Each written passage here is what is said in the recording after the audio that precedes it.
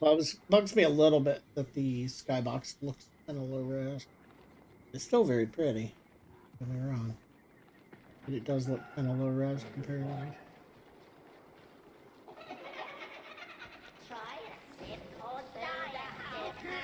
Strautsfolk, they are cursed. Even more than usual.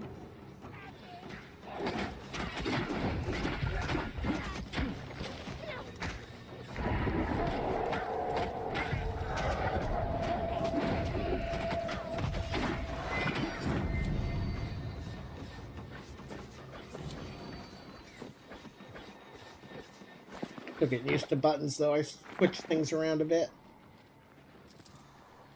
Not too badly there. We did take damage, which I didn't notice, so that's good.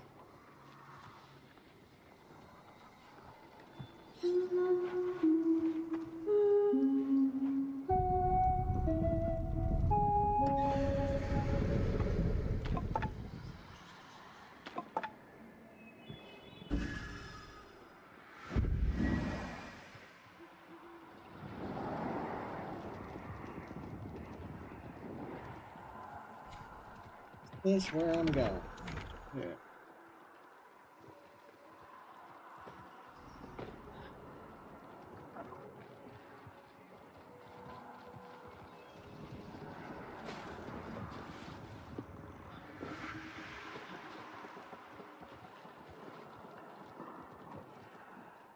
I'd have to go in there to get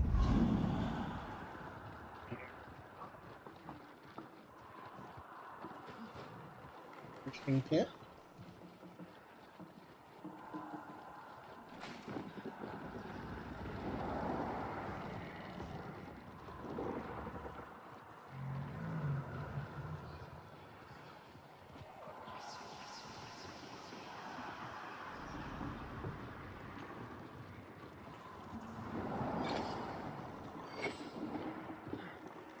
Being obvious, like if I went in the cave, I don't see a place that I would come out of the cave and into here. I'm not sure. Does it really tell you, Jack?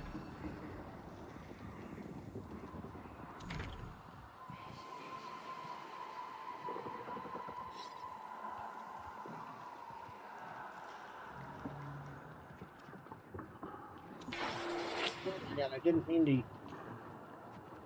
do you cancel that?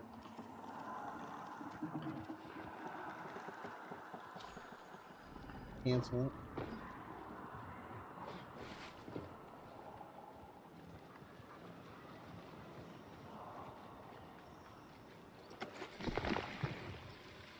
The bear slash.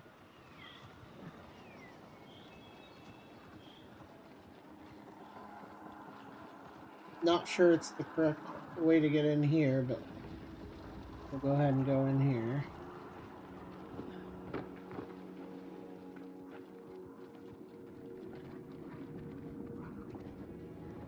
Yeah. What am I missing?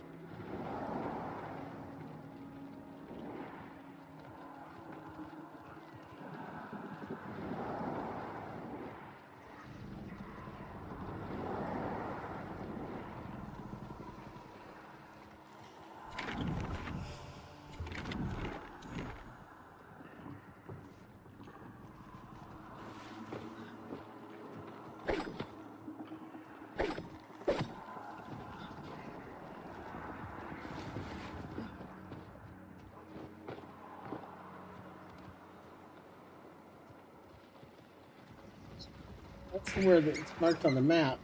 Bird is pointing a different way, isn't it? So when in doubt, follow the bird. Wish, stuck, silent now, but for the wind.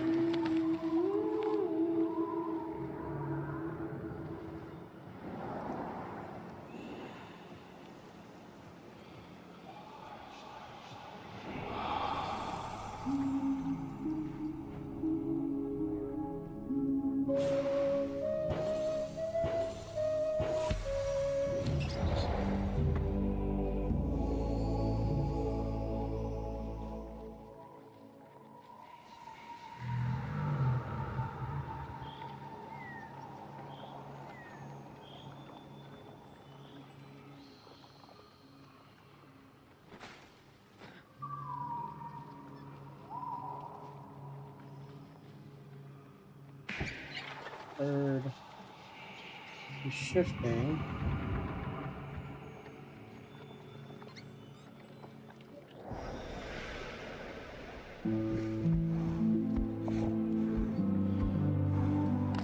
The sap of elder voicing trees, once granted drinkers future dreams.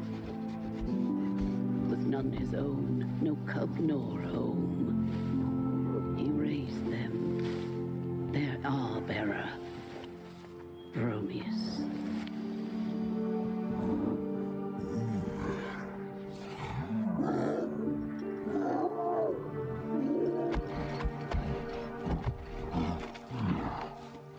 I think he is in that circle. Looks more like a rat than a bear.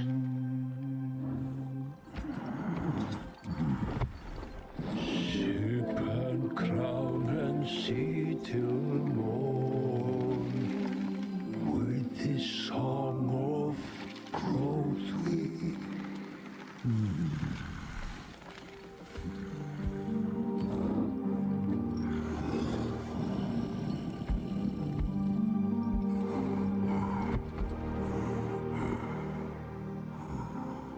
Why won't you grow?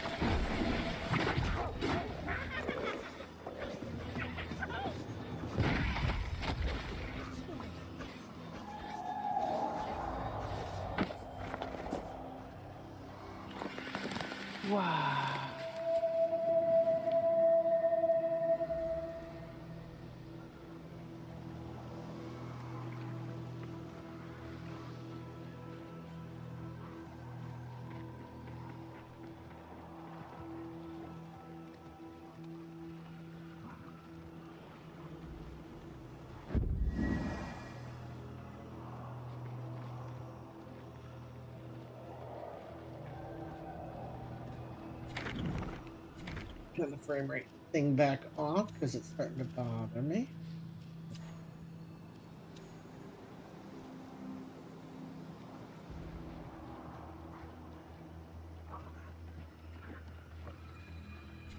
You know what? I did want to see. I'll need it back on for this, but if I go back up to quality, we were all the way down on performance, huh? Okay, so quality drops to 40. You feel it. Kind of choppy. I don't notice a huge difference in visual quality. It's interesting. Just put it on auto.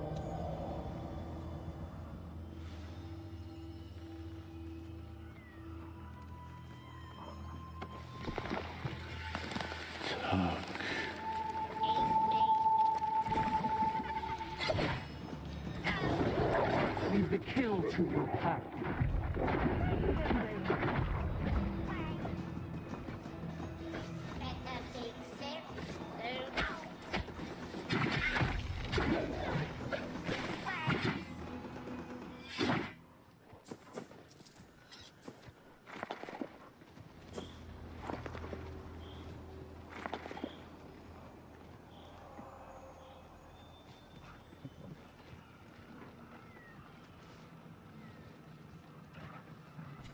choppy.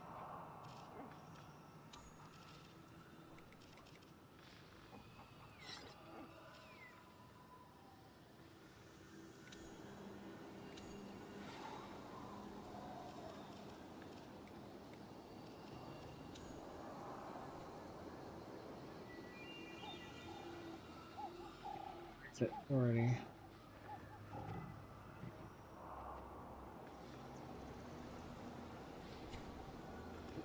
Get in here.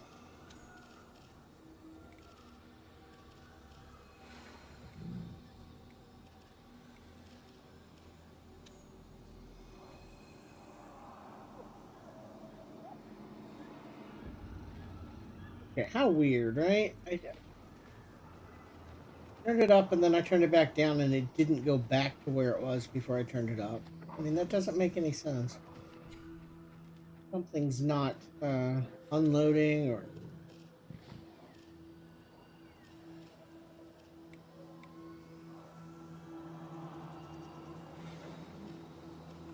Still go up to 30 if I do that? No, now that part's working at least.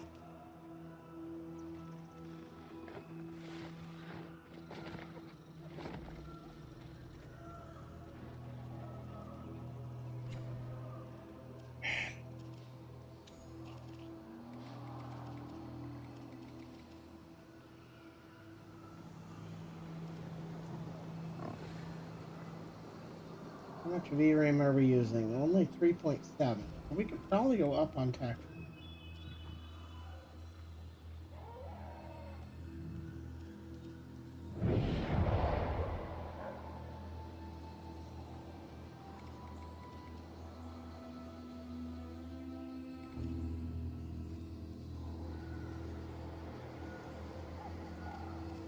Oh, it turned off ambient occlusion.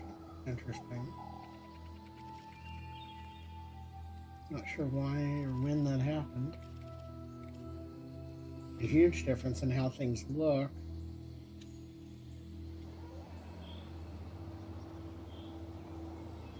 Yeah. A definite hit to the frame rate. And now we're stuttering.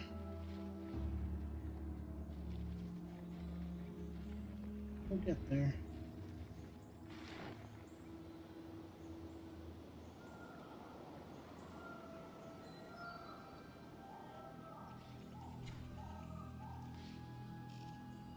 Do we need to restart for texture update? We might. Maybe we do it just in case.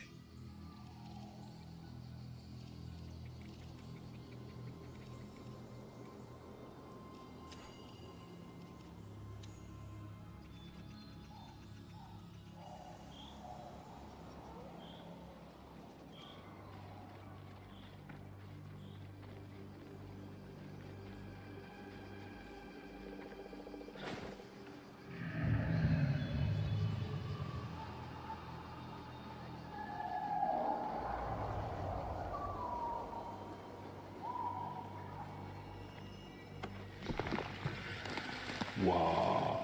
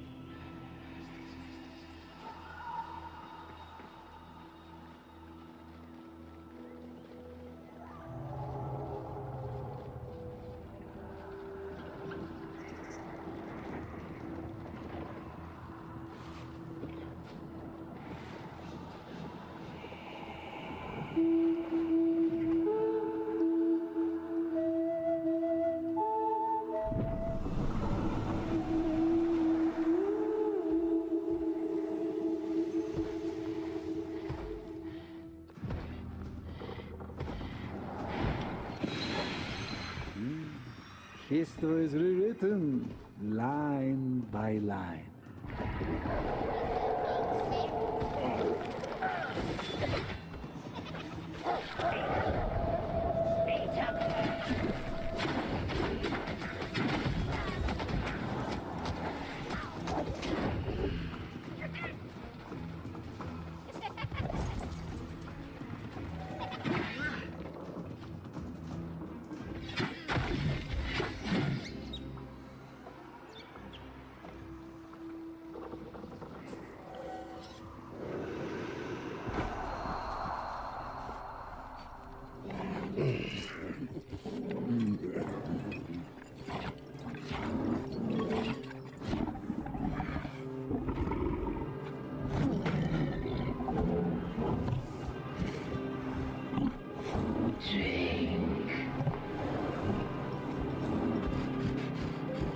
You make coffee? You need more sap. Question mark? Quickly. This season is our last. Yes, yes. No dreams will stir from sleep.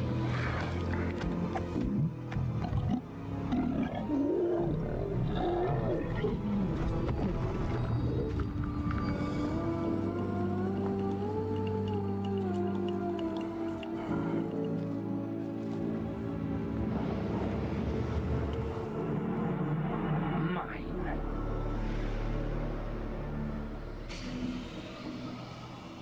Ick! This putrid hand. I smell a medicant. My puppets know well his wastes.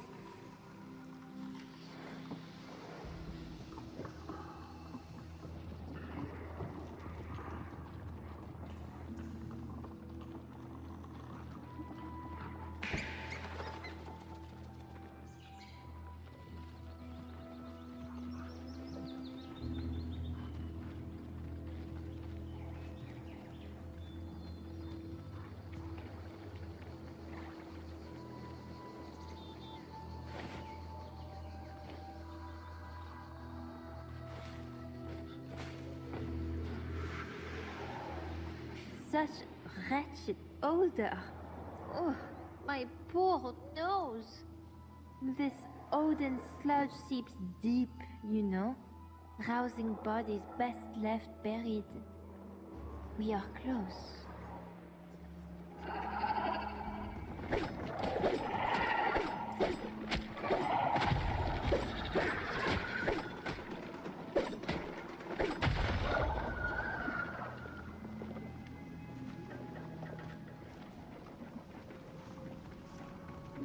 A word faking.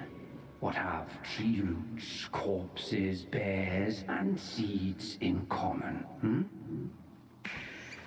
All are rotting beneath your feet.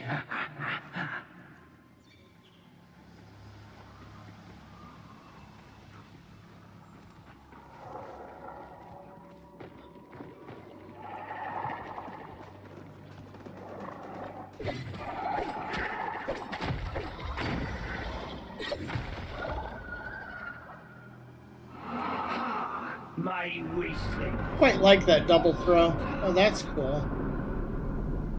That was kind of neat. Yeah, I like the sprint attack with the fly blades.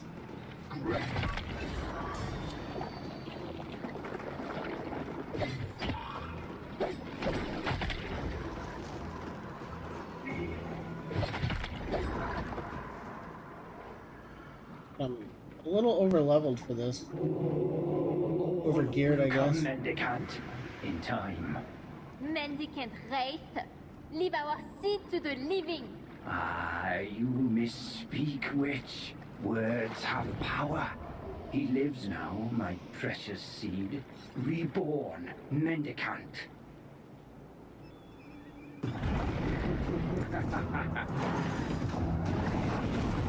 We rotted things have much in common. Our tongue, whoosh. Our thirst. You took my abilities away.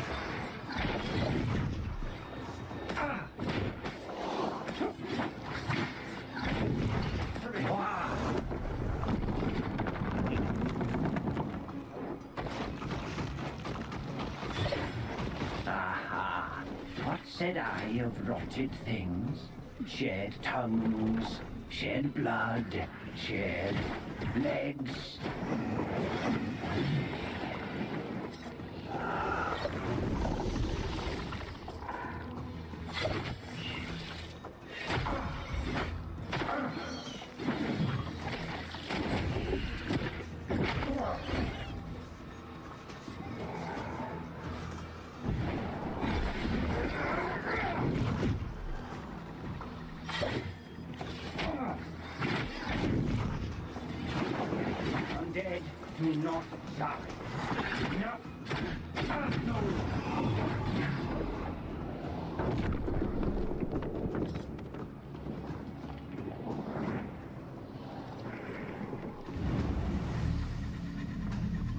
Give me your seed.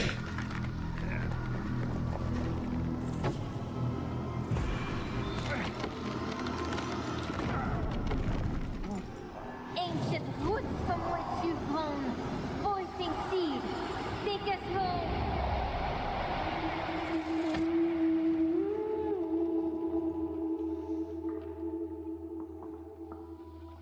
Though home it may be, you cannot thrive here, my city puppet.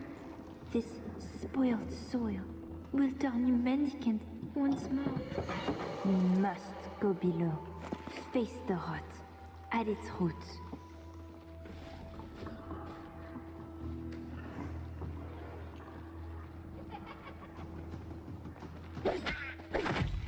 Back to roots. Yeah, you never really kill them. They just turn into seed again.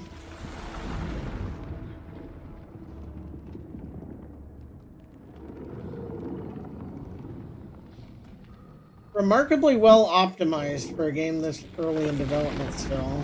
I hope that they can bring this performance level to the console without it looking like ass.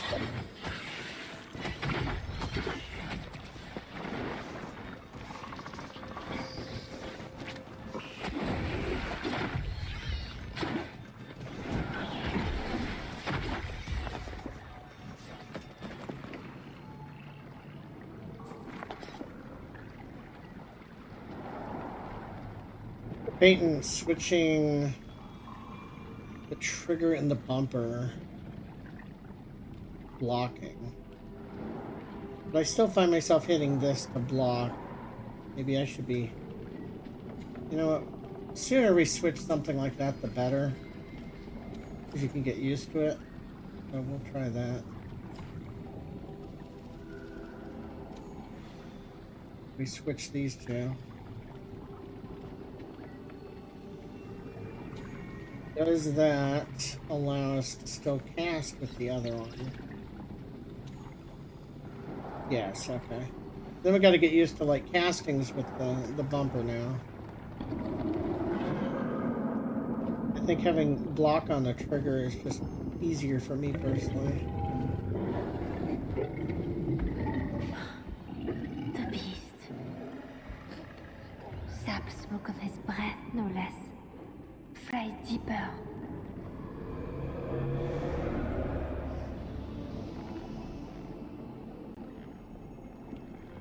Don't get across.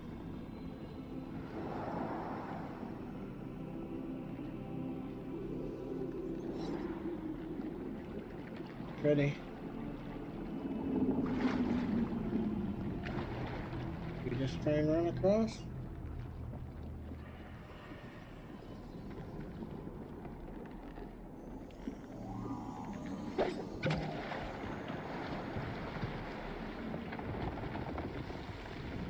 Yeah, that's pretty cool.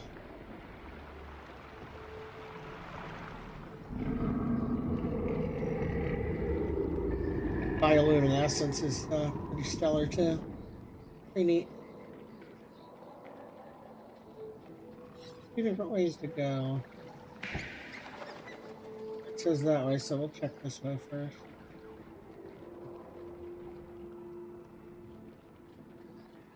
Misinformed.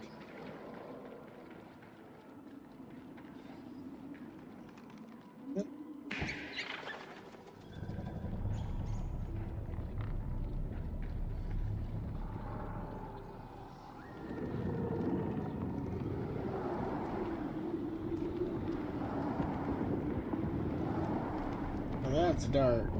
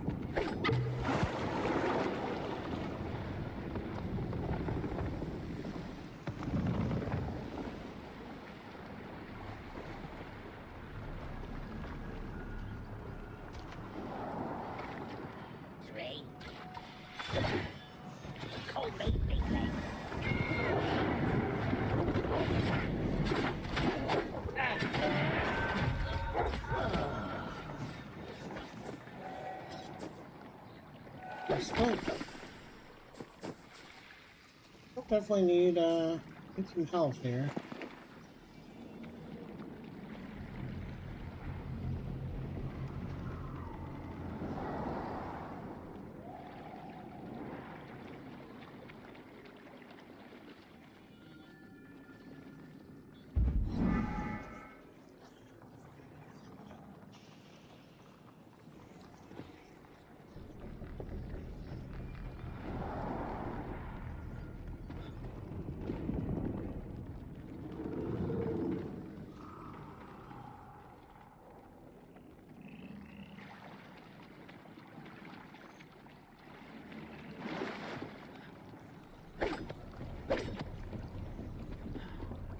Looks like you could interact with or bounce on or something.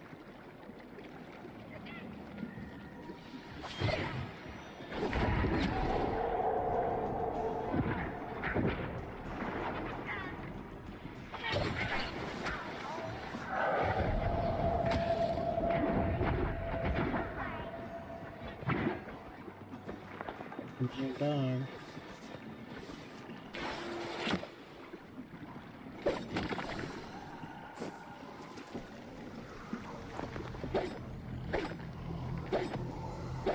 It's trying to aim up there. Why?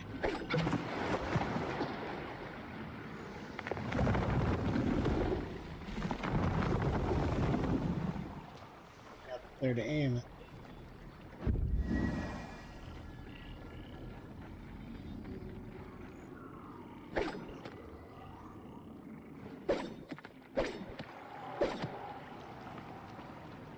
Yeah.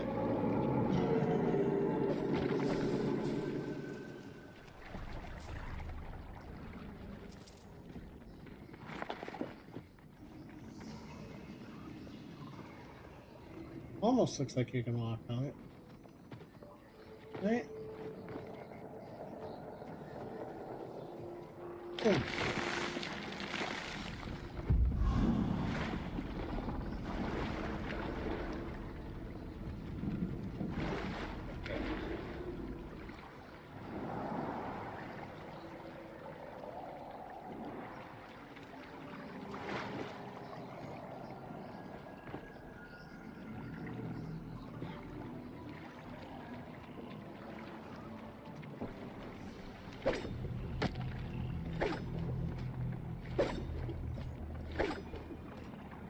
Okay.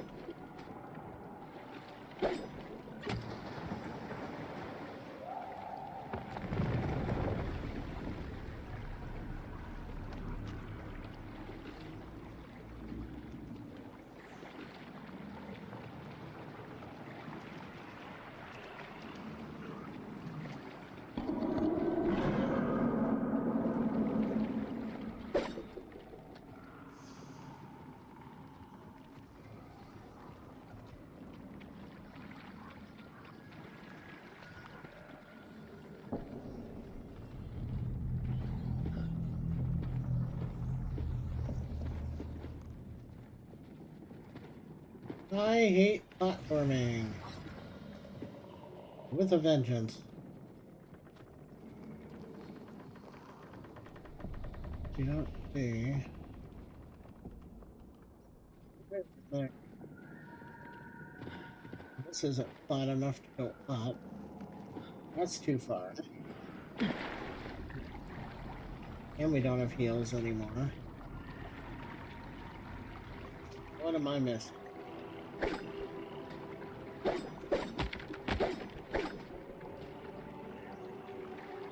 Looks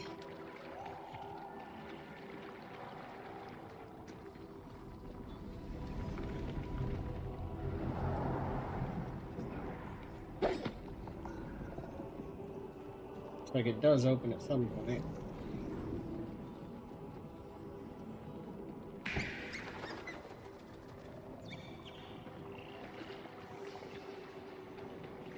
There's something simple that I'm missing.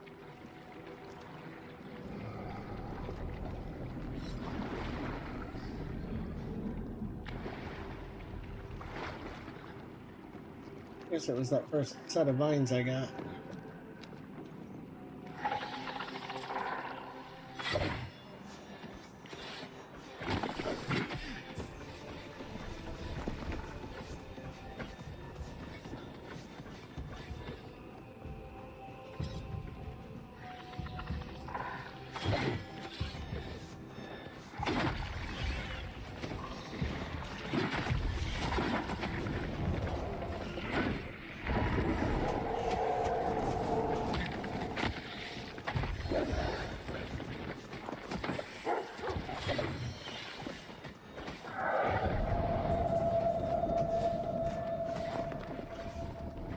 getting any new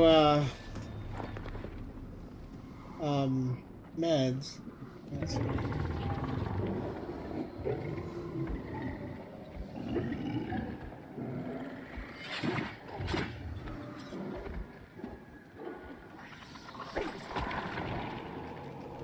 No! I don't even know why. What caused me to go off?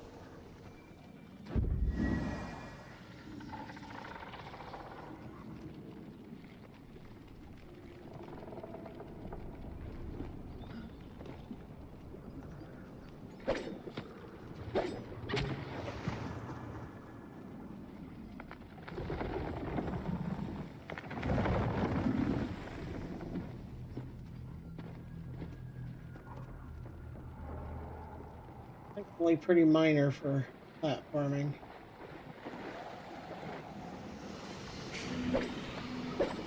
Better, barely.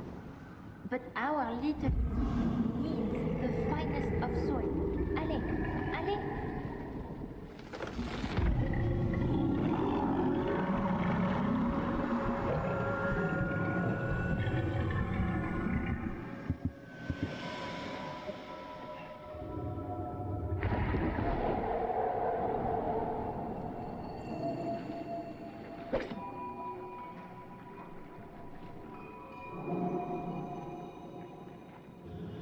Stones, stars.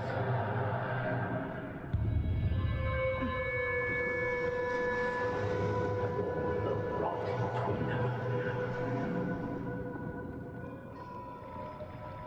They bite like ship's bones. I can't sprint now.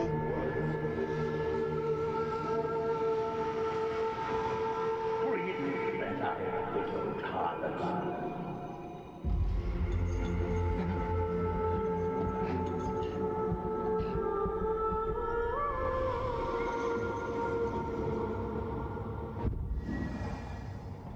Wanting more than I have, every inch of land that I bleed, that I feed for them, that is mine.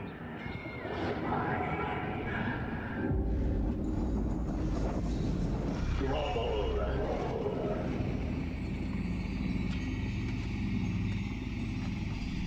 You, gruel, too feckless to kiss your lord's feet. When he brings you peace, bloody sanity to your knotted woods and piss-washed rocks. When he stands in your presence.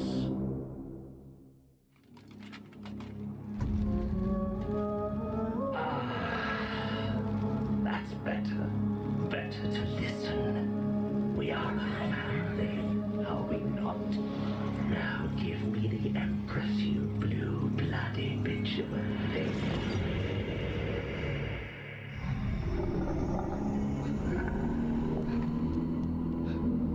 Yeah, I remember this. It was our vision. It will all go away.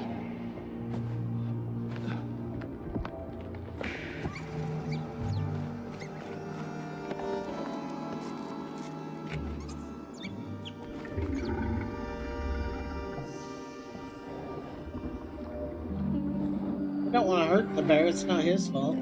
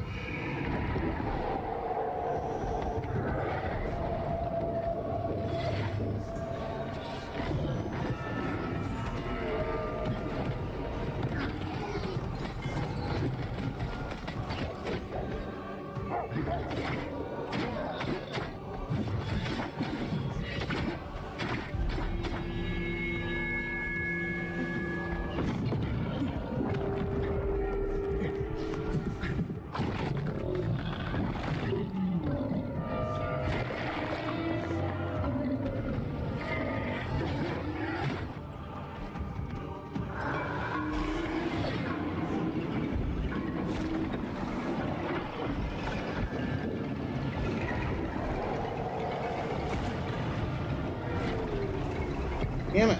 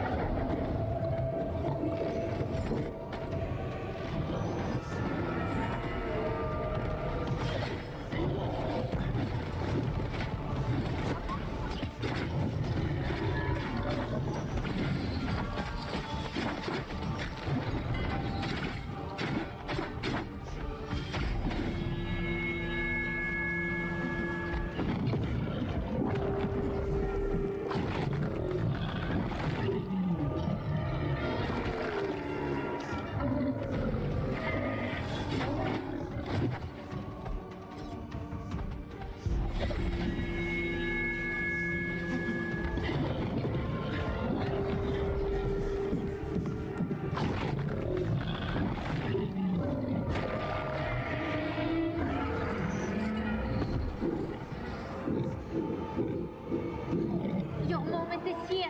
Fly, my puppet. Fly. God.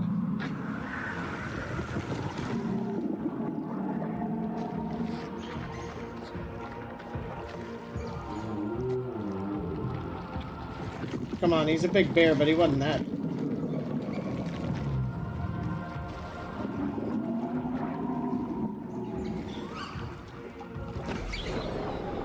Voicing seed.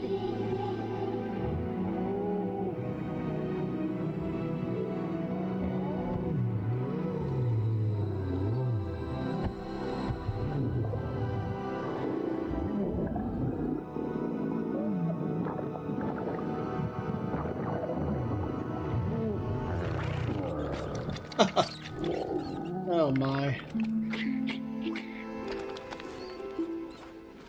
That's still awfully white for what he just went through, literally.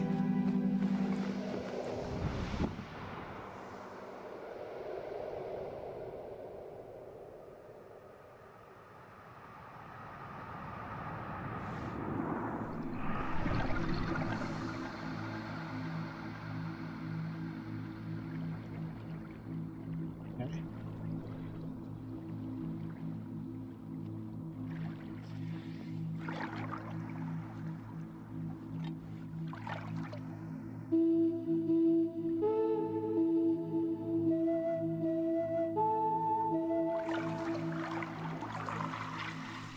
I didn't even have my flute out.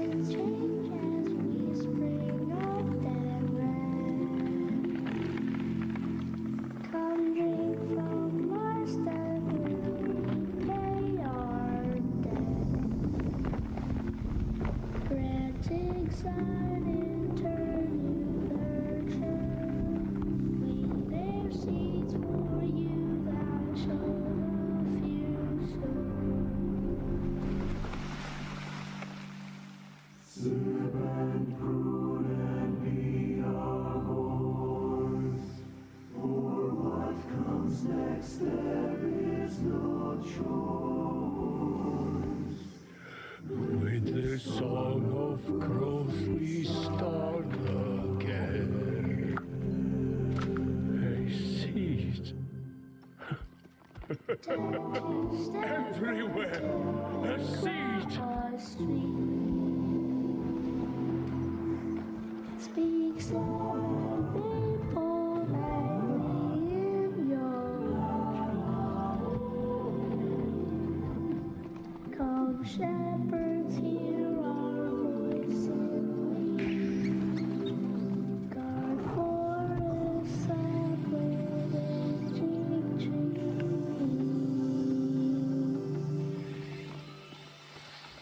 Sit and prune and plant and show.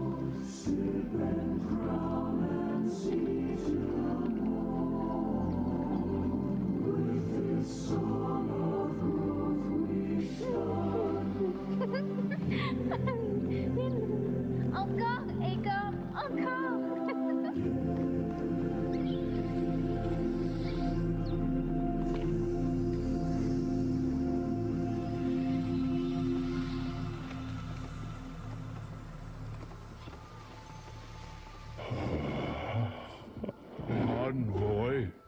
I am no good with words. My trees speak for me.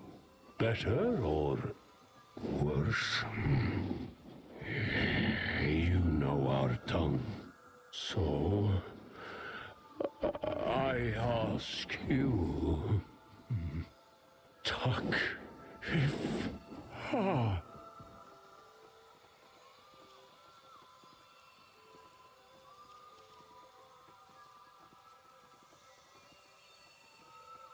old friend.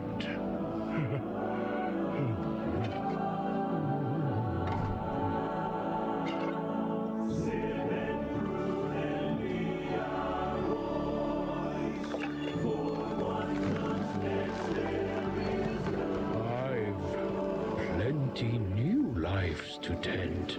This wise elm be yours to fend. By the pact, our bearer.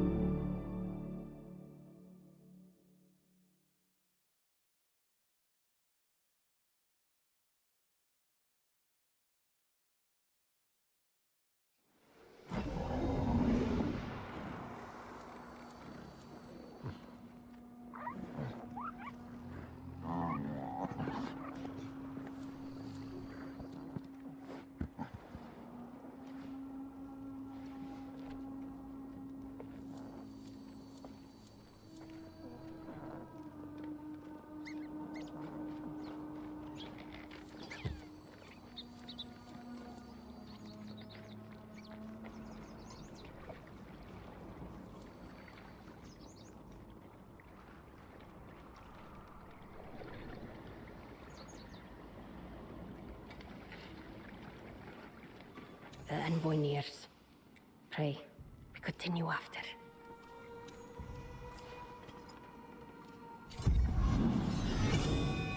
Stupid girl. Thick as slag. But... it sings. Tomorrow night in the river. Wow.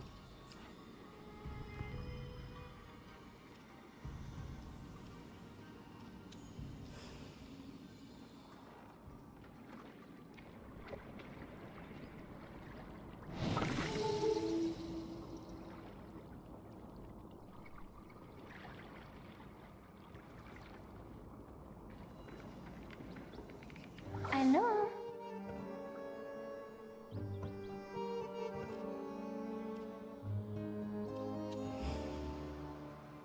Like her. Bring us back a morsel next time, hmm? My palate is so very dry. I guess she has an arm.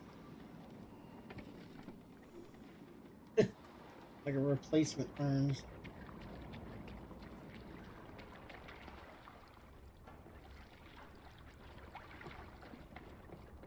Kerlale is a vision this time of year.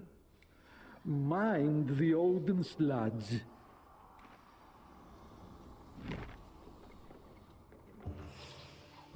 Enough! All this whispering. I cannot focus on my book. Focus. A welcome respite. You need to focus.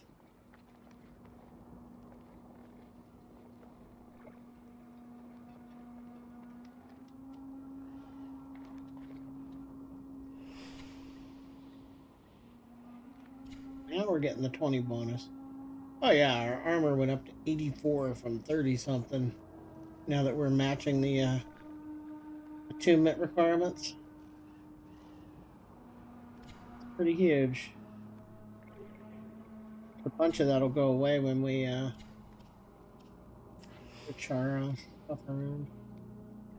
It's courage, grace, and spirit of 4. So we would lose 2 courage, 2 spirit to gain 1 grace. Not that great. But that's because we got cut the pay to win thing.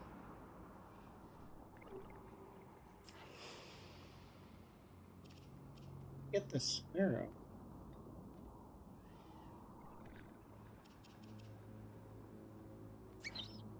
Okay. We'll run the cardinal for a little bit, but hard not to like flop it.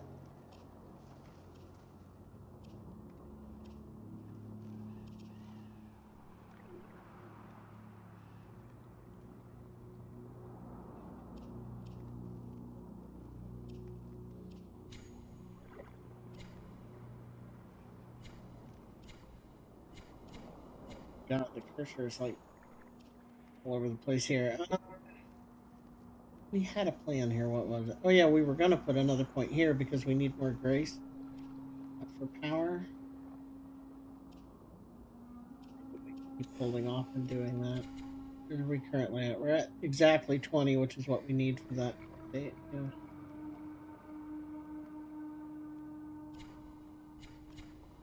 Good then. What are we up to here on weapons? 10 on that one, 9 on that one. Still have a bit to go on these as well. Power definitely spiked the last fight. The new attunement system seems to give us a chunk of power compared to what we had yesterday.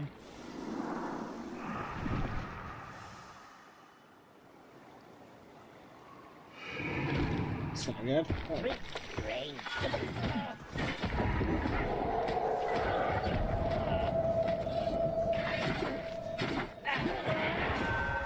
Start with a sip, they all do. Succumb.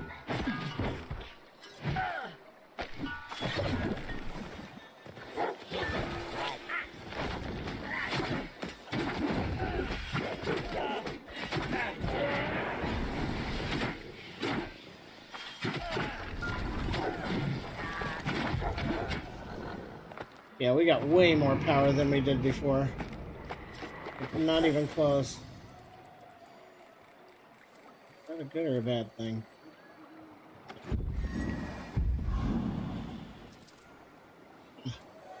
Okay, that's the Thaw-Tide dagger. That's one of the 2 pieces we need for it. So we need to fight this guy again. Okay. This is where he is. I think those are on a once a day in game, like a 30-minute timer.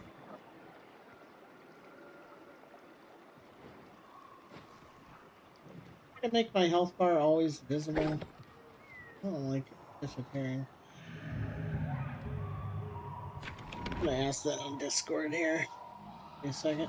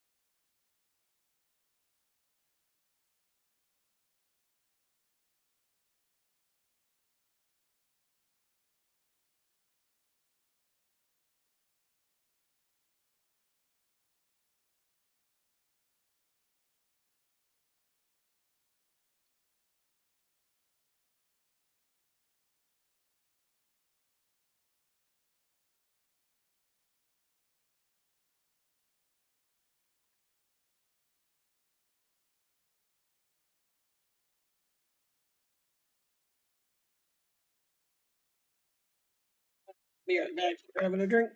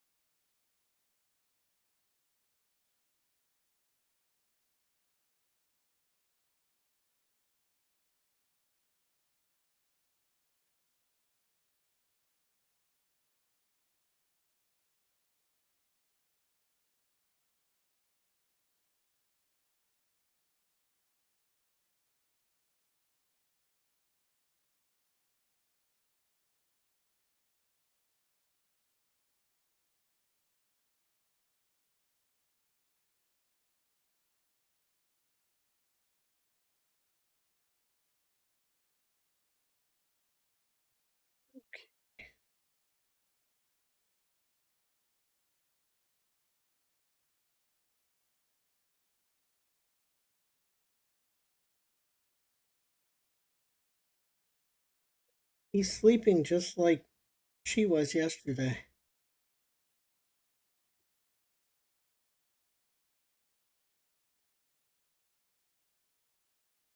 Eating with somebody else here in the house.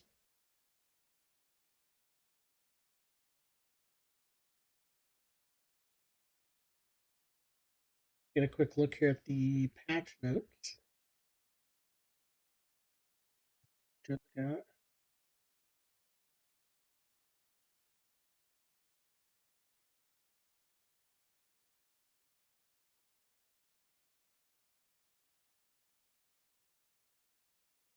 I'm liking the change to virtue so far.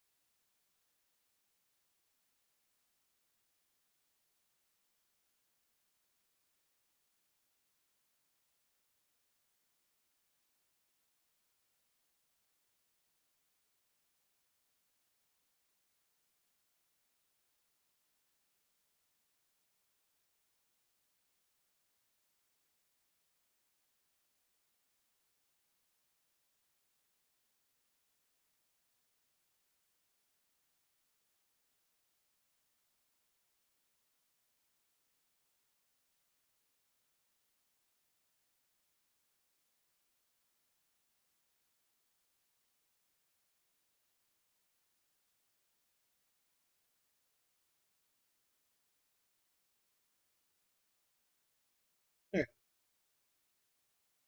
I don't know where to find the stag either. Need to find these boss locations and stuff so I can start the process of farming them because that's a very real thing I'm gonna have to do. I feel like alt tabbing just fucked my frame rate. What's going on here? Damn it.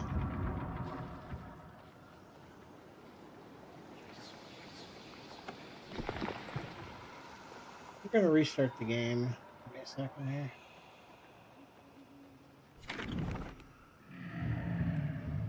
Go ahead and restart, and I will be right back.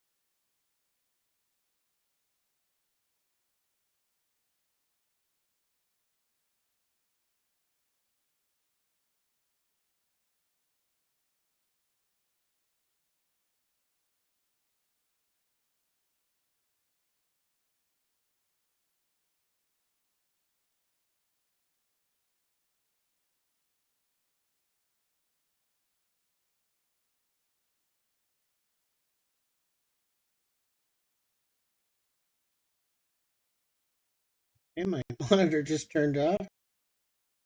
A minute here. I think both my monitors are up here.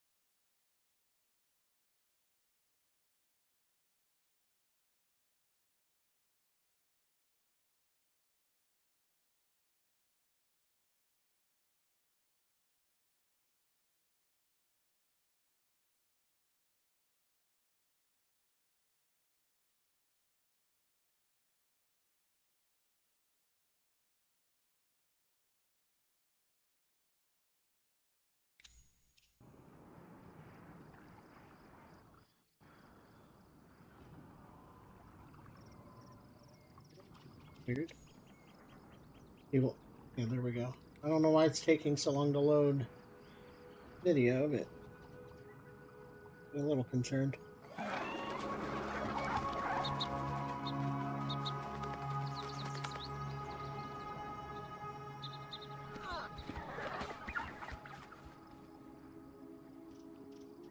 Right. Very smooth. That was fairly smooth. Where did we end up here? Huh.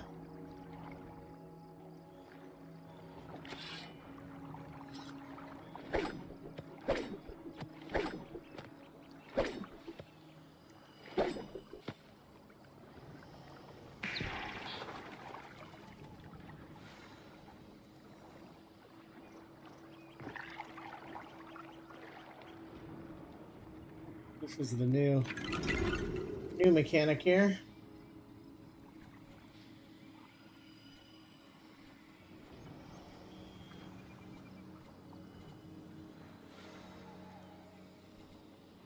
It's 17 to 25 to 12. I don't know what those mean. And if that's a level of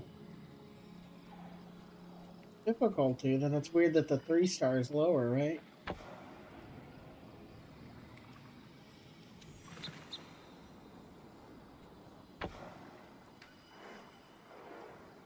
We want to try that at some point. Now our bird should go somewhere.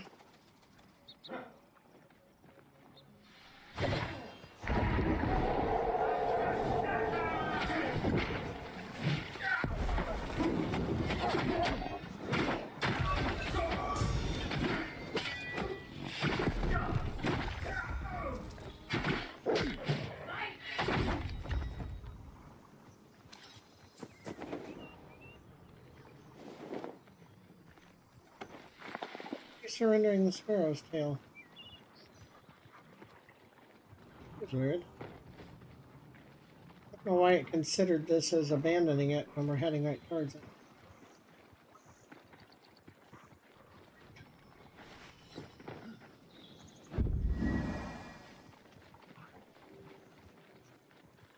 Bit rough, isn't it?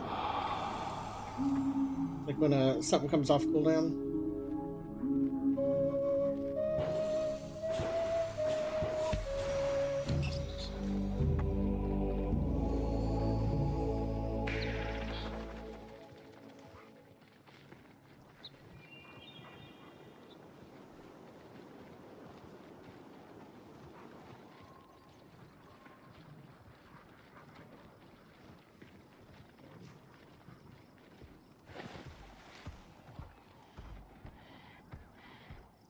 Big there. I kind of wish holding dodge would crouch. I might need to put that in the feedback, but let's figure out what this stomping around is first. Is in fact the bear thingy.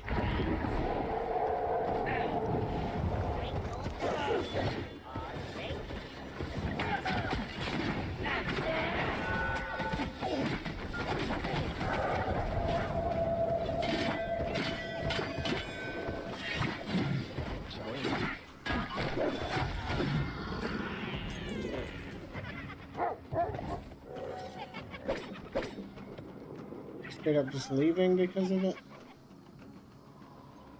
Yeah, I think so.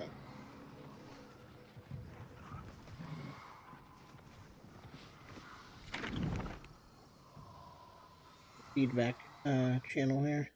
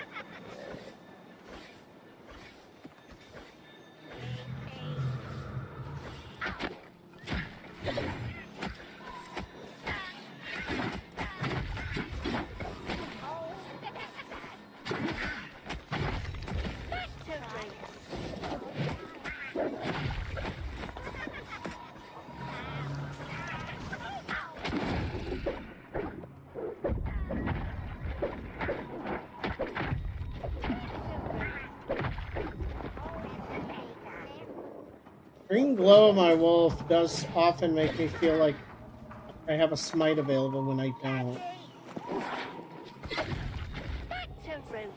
It's a minor nitpick, but it is. Okay. We didn't get all the ones in the south then.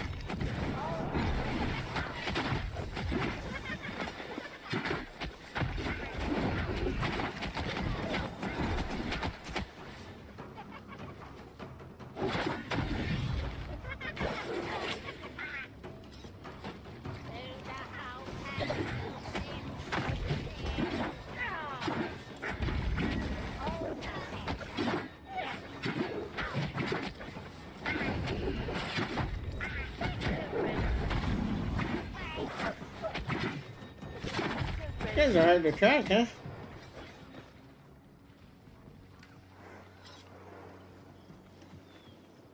A little bit. A little bit.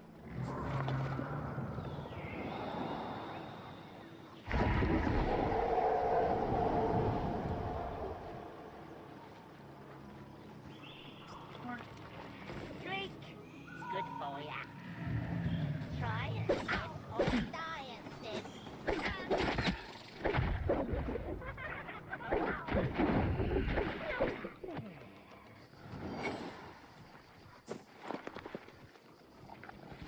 Let me drink or let me die.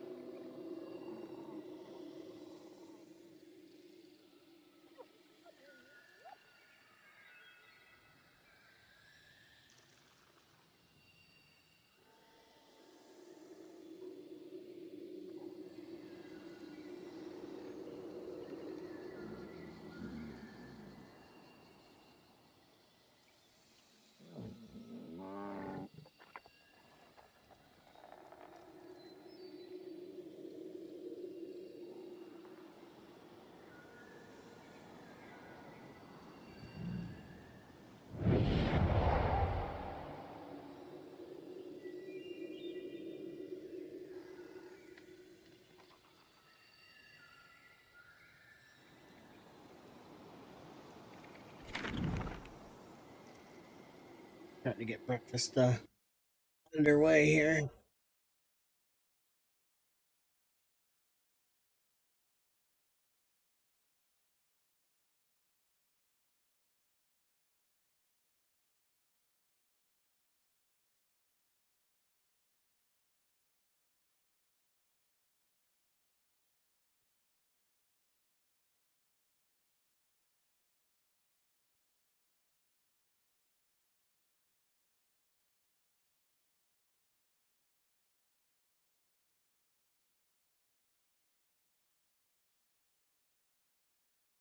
I guess the other thing I haven't really changed or checked is DirectX 12 versus 11. Right? Like,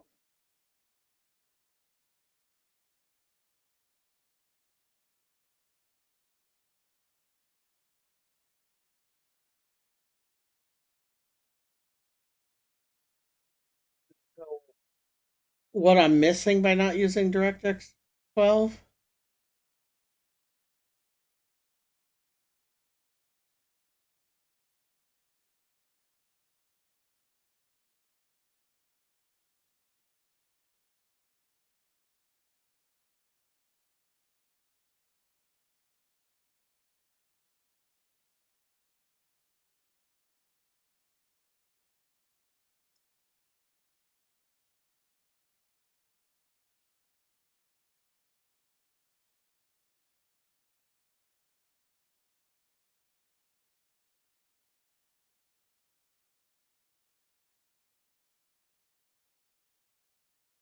Well, shoot.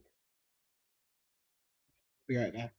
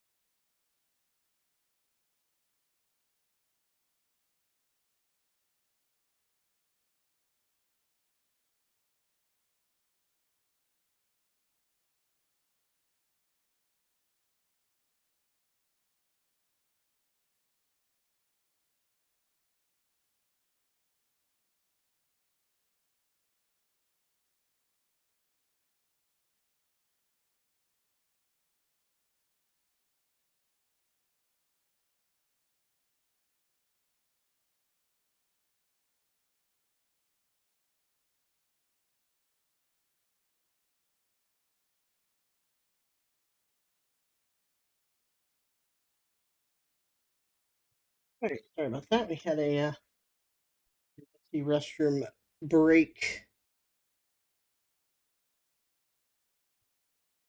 I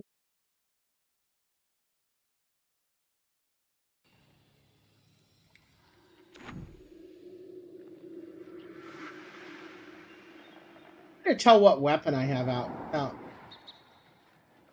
blocking, is there?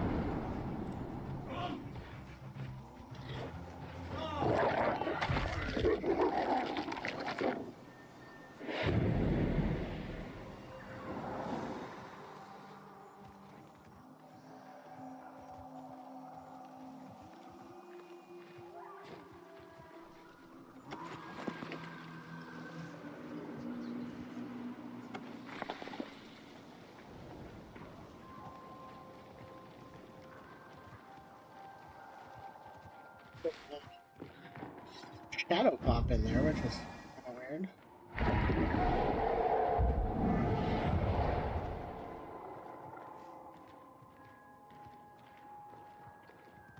Like they move. Interesting.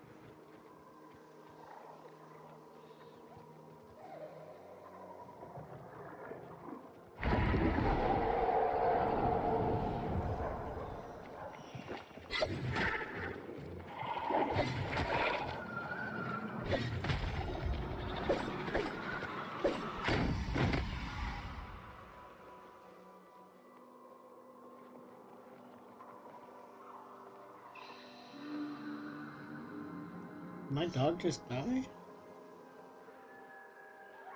Weird. Disappeared pretty quickly, didn't he? Not sure what a moaner is.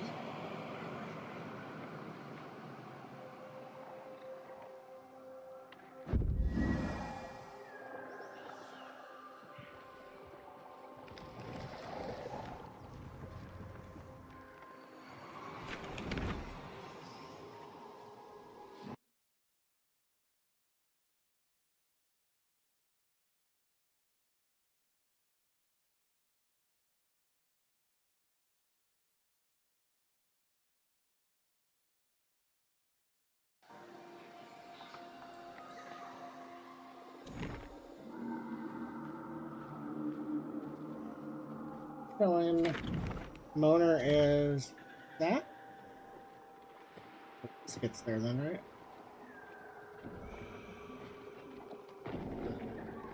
Okay, it is one of those. It's just not the ones I was looking at. Ooh, hiccups.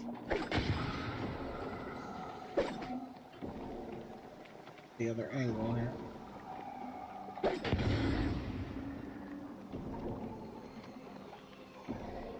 It takes more than one hit each.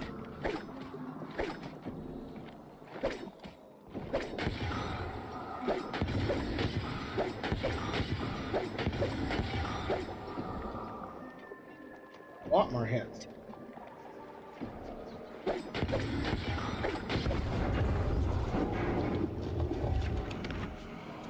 Northeast. See it way over there. I wonder if there's any chance of hitting that from here. I bet there is.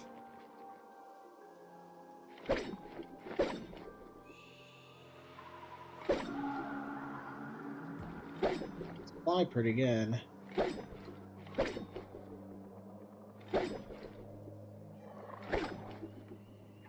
Yeah, they might just be dropping off before they get there.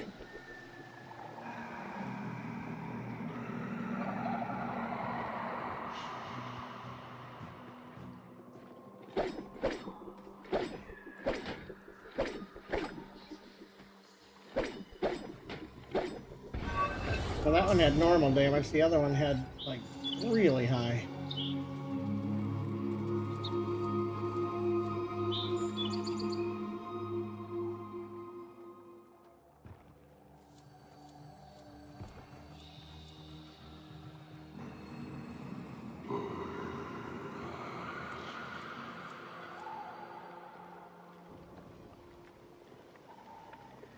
The one downside is now, the next story, we have to go back to the tree instead of just finding another one. But it's kind of the same amount of work. Like, you either walk until you find one or you walk back to the tree. So in a lot of cases,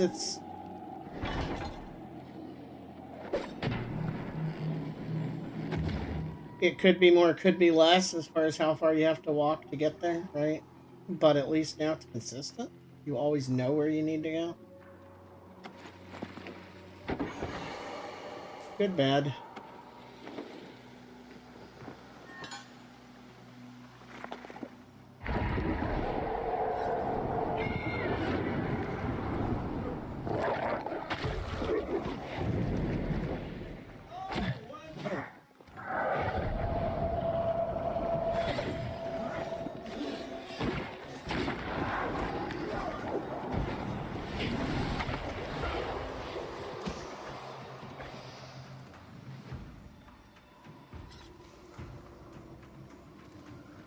Actually know which way out of here, though.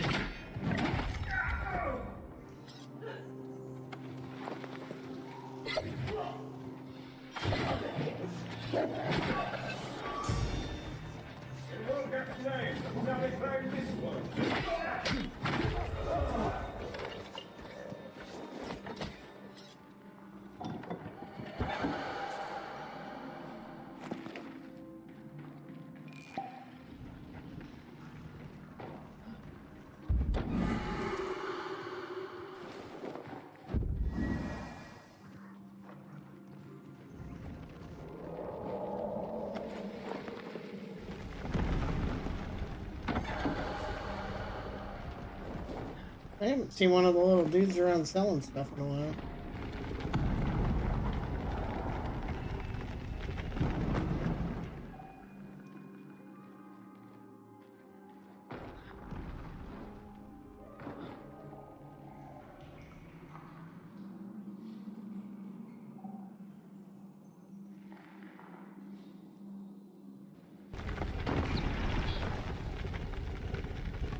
Not the bird I have selected, sir. Oh.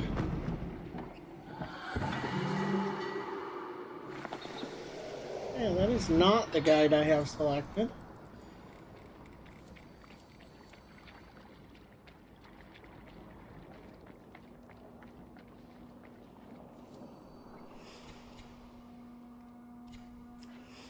Hey, goes this one, so what are we doing?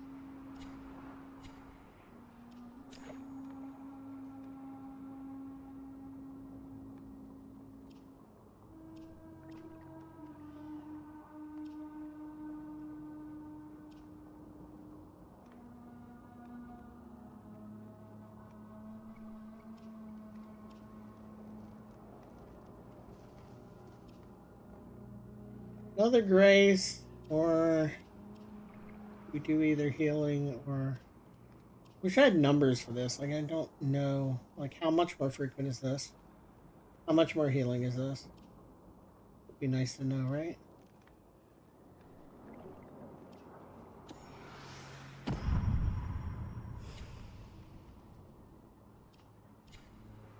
Alright, rank 10, rank 12. Still get... Blunt offhand? Panic. Sharp. Sharp. Sharp. Panic. Sharp. Sharp. Yeah, no blunt.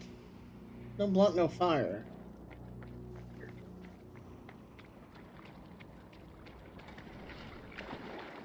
The envoy nears. Pray, we continue after.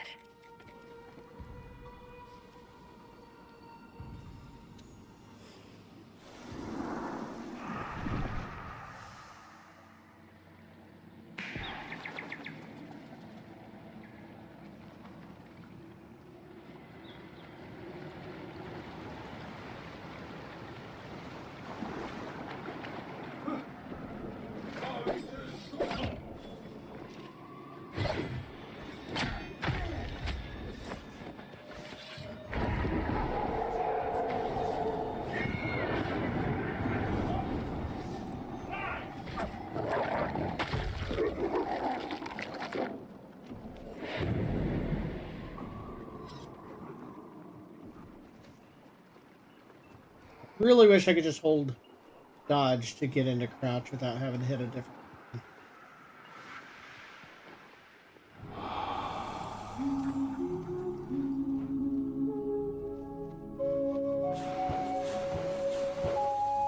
Oh, missed the last minute.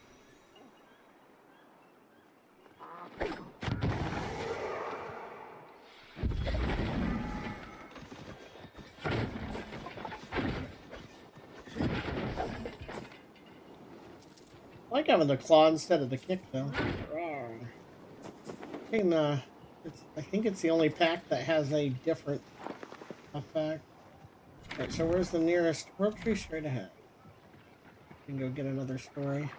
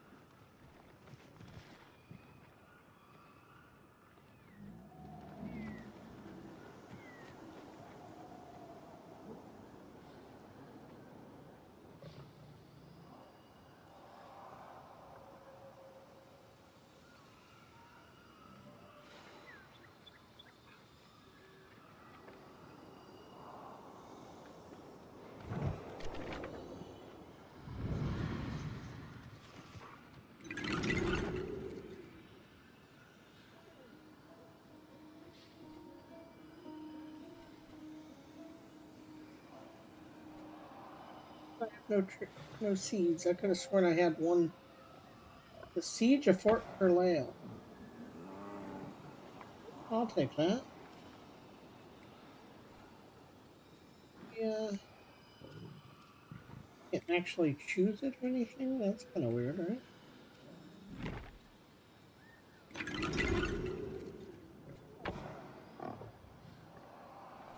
I choose these.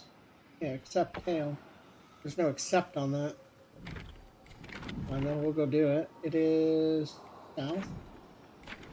Is it around the wall? We can go straight south. Yeah.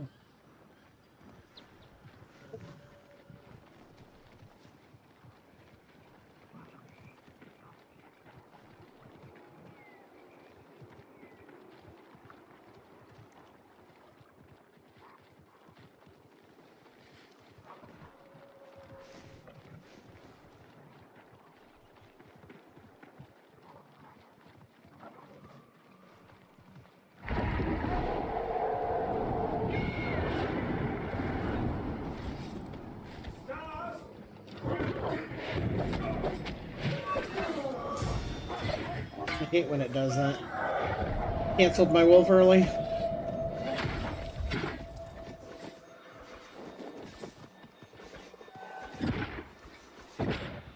Can't do it while my spinny blades are spinning. Unfortunate.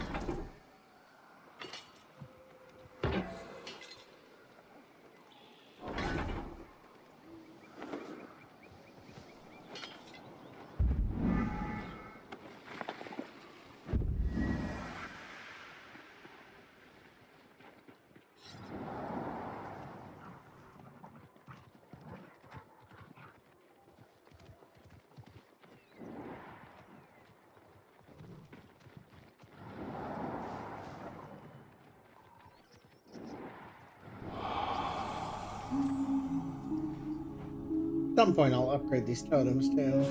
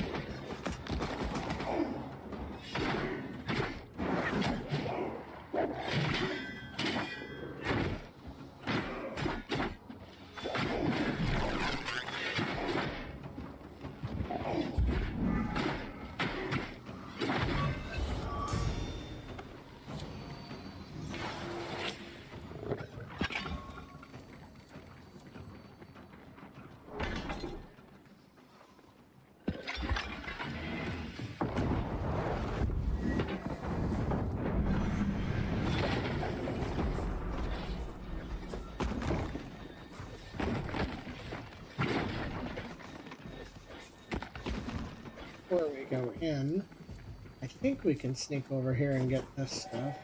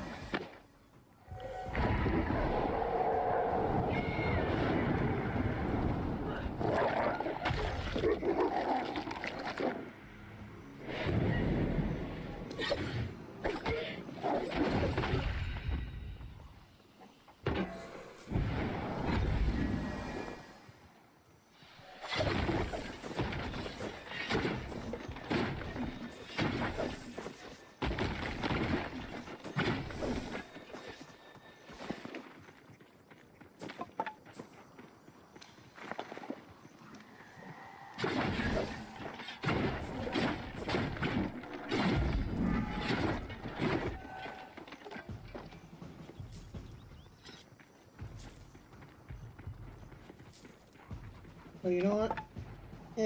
We'll do this first. I was gonna say we can go over here and spend that money. Well, that guy's back. That's kind of weird.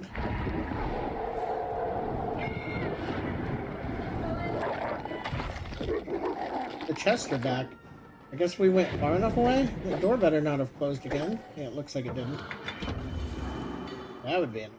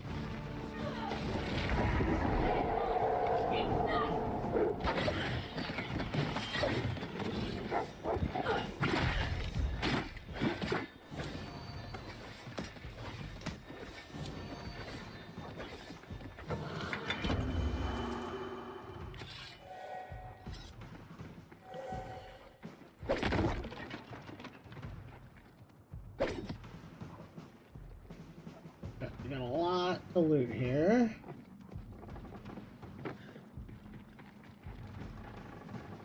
Probably nothing in the basement. That's strange.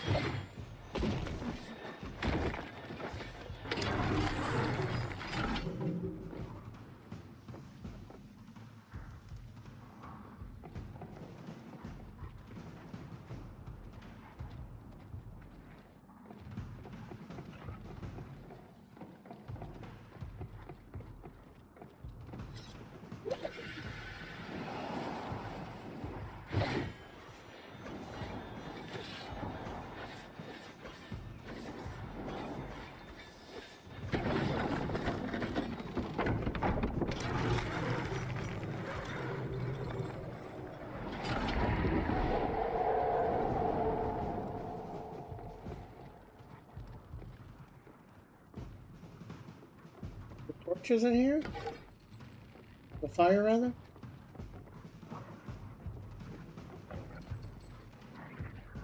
Confused? Where do I light the torch on fire?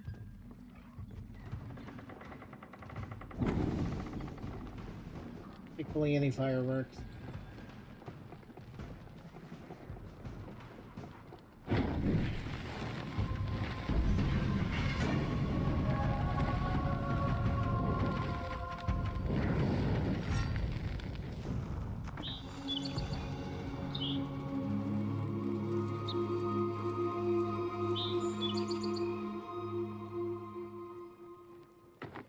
Take a food break as soon as we get all this stuff looted.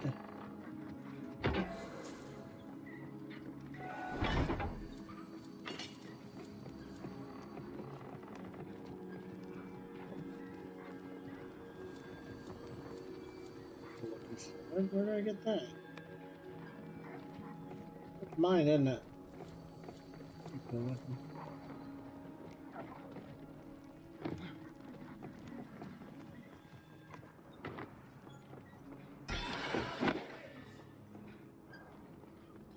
More grace for the soil.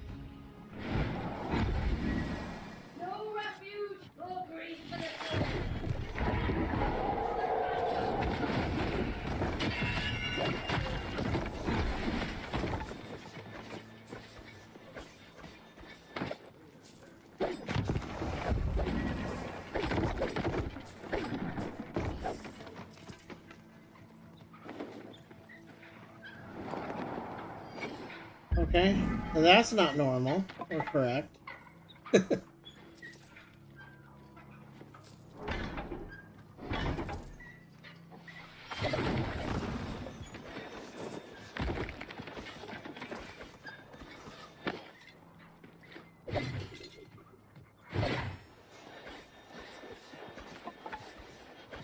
Yeah, so even though it says it's just maximum damage, when you charge up in perfect throw, it does also do... It does change the radius of your sort of orbits.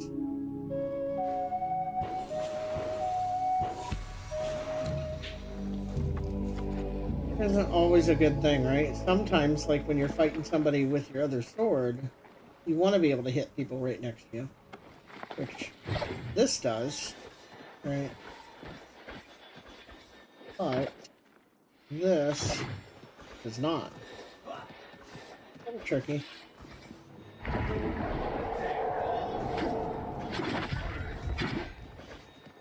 Do so much damage right now. This little stuff. I think we could probably, if we're gonna keep using this build, we could walk out a bit, do some more higher difficulty things. I don't know where my next story mission is. I might need to look into something like that.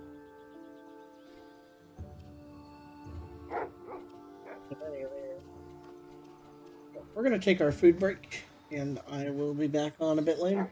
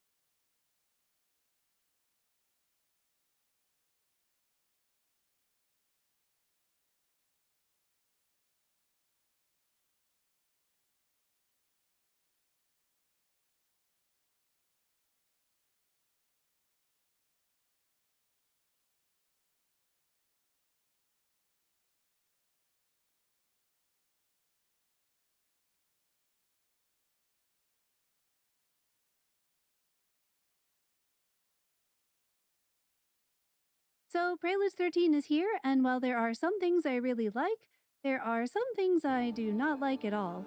So let's talk about it. I am coming to you unscripted this evening to get this video out as quickly as possible. I want to give you my first impressions on Preludes 13, having just tried it out today. If you want to see a full VOD of gameplay, that's over on my Twitch channel. I streamed for about 6 hours today, and I have fired my old multi-streaming software because we could not get it to go onto YouTube. So I apologize, but I've been looking forward to that stream on YouTube. So let's take a look at Prisms. I want to give you my first impressions with the caveat that I've only been able to play for about 6 hours so far today, so I do think that my opinion will develop over time. That said, for starters, I kind of like Prisms. I think they're pretty fun. They are interesting. The way that you can swap between loadouts and have everything saved with your prism is so good. This is so convenient, and it really makes switching between things a lot simpler. I really do like the prism system. There are things I'm not a fan of, but the prisms themselves, I think, are not the pain point for me. I think the prisms themselves are actually pretty cool, and I'm looking forward to finding out what else DE can do with them. You'll probably notice, though, that in all of these builds that I'm flipping through, there is some commonality between them. So we are going to talk about some of the things that I don't like with this system, but they're not the prisms. So that's great. Prisms are neat. That's fun. How do you get them? Well, these 3 starting prisms are all very easy to get. Iridis's Shaman and Rogued Saphine and Warrior of Mora, very easy to get. Go to your faction enclave.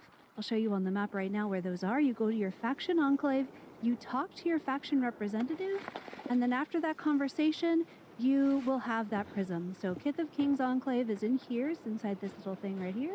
That little tomb, little cave. And then your Silent Rose enclave is right over here. It's the Drippin' Flagon. It's underground in a cave here if you haven't been there yet. And then your Alka's Children enclave is underground in here. You can enter through this cave here, Hilly Den, or there's like a little sinkhole here where you can enter and you can get into the Alka's Children enclave.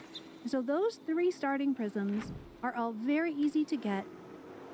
You just have to talk to the representative. You don't have to do anything else.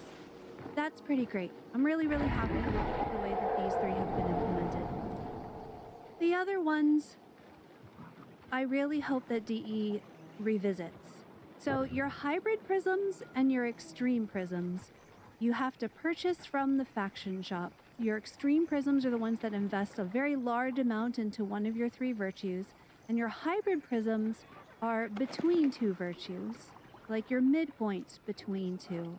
Your extreme prisms you can purchase at rank 2 of each faction. So rank 2 of the Silent Rose for first, rank 2 of Kith of Kings for the Courage, and rank 2 of Alka's Children for Spirit. The hybrid prisms are rank 4. The prisms don't cost so much standing that the grind is impossible. I'm very happy that DE made them extremely affordable. That's wonderful. But that faction rep grind for the rep is insane. Like, that's so high for something like this, especially given how we're going to see these hybrid prisms are extremely important for this meta. So I really don't love that these are hidden behind ranks. That rank grind is so high. You're still going to have to grind up your first faction high enough to buy Sacred Shimmer. Then you're going to have to craft your talisman to swap to another faction. On the plus side, though, they removed the faction swapping cooldown, so you can now swap to factions whenever you like. That's a big improvement. That's a huge win, especially since there are a lot of things that are stuck behind faction shops now. So I'm really, really happy about that change. That is a great quality of life improvement. Makes things feel so much better than they would otherwise, so you don't have to worry about swapping. For veteran players, that's a huge win here. For new players who have not yet ranked up their factions, well, it's gonna be a while before all builds are available to you. I don't think that this is super great for making this game more accessible to new players, but it is what it is. This is the situation that we're in right now. The wild prisms are nice. They're strong. They're not as extreme as the extreme prisms. They're not as slight as the slight prisms, the starter prisms. They're mid-ground. There's nothing crazy OP about them, but they are very good. So I think that's a fine place for them to be. They fit a sort of like a midpoint that I think is cool. I think that that's nice. I think that if other things weren't causing the kinds of problems that they were, this would be a really cool addition. So overall, the prisms themselves, I'm feeling pretty good about. I do think that the way that you can use talismans to top off virtues and to like fine-tune what virtues you're getting is really neat. I love that that's saved with your loadout, and that's pretty cool. It's great. This feels good. Attunements on armor, I feel kind of ambivalent about, if I'm going to be perfectly honest, because I don't find that this ends up being significant in my decision making. I'm just not really thinking about it that much. Once I've finished building my virtues and figuring out how I want to set up my loadout, armor's the last thing I do, and I just go through and I look at like, all right, what is the best armor that I can equip and get the full bonus from. You still get the base value of the armor, but you don't get any of the extra attunement bonus from the armor unless you have the virtue requirement.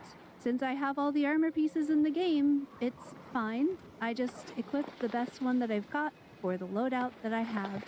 It is just not important enough. What the armor is offering is not important enough to further complicate all of this, which is quite complicated. So let's talk about that. Why is that so complicated? Because of virtue requirements. Virtue requirements are kind of spoiling my enjoyment of this patch, if I'm going to be perfectly blunt. There are so many good things here that I want to be so excited about. We're going to get into some of them. I'm going to talk about other changes that are really, really good. There's a lot in P13 that is really fun and exciting, and that is going to be great for Soulframe. Look how cool my character looks. I love the shade of green. Like, all of my loadouts are customizing my colors. It's so fun. There's a lot. We're going to talk about it. I'm going to show it to you.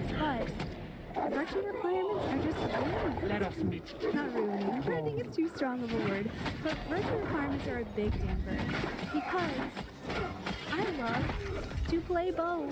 I just want to play bow. I want to play bow on everything. It's just what I enjoy. Like, I can play other weapons. I will play other weapons to level them up, like, sure. But I love the archery in Soulframe. I want to play bow with everything, and doing that severely limits what builds I can run. I know that the virtue requirement is supposed to be less punishing in P13 because you don't lose damage for not having the virtue requirements. But that's a terrible half-truth, because you definitely do lose damage. All you get is the base damage. You don't get any virtue scaling. If you do hit your virtue requirement, you gain a lot more damage. We'll go find some barrels. We'll head out to some barrels, and I'll show you more in more detail what I mean here. Little here, right, has a split attunement, right? It has both courage and grace attuned. So you would think that if I am not running grace, I will still at least get some damage from the courage, but that is not true.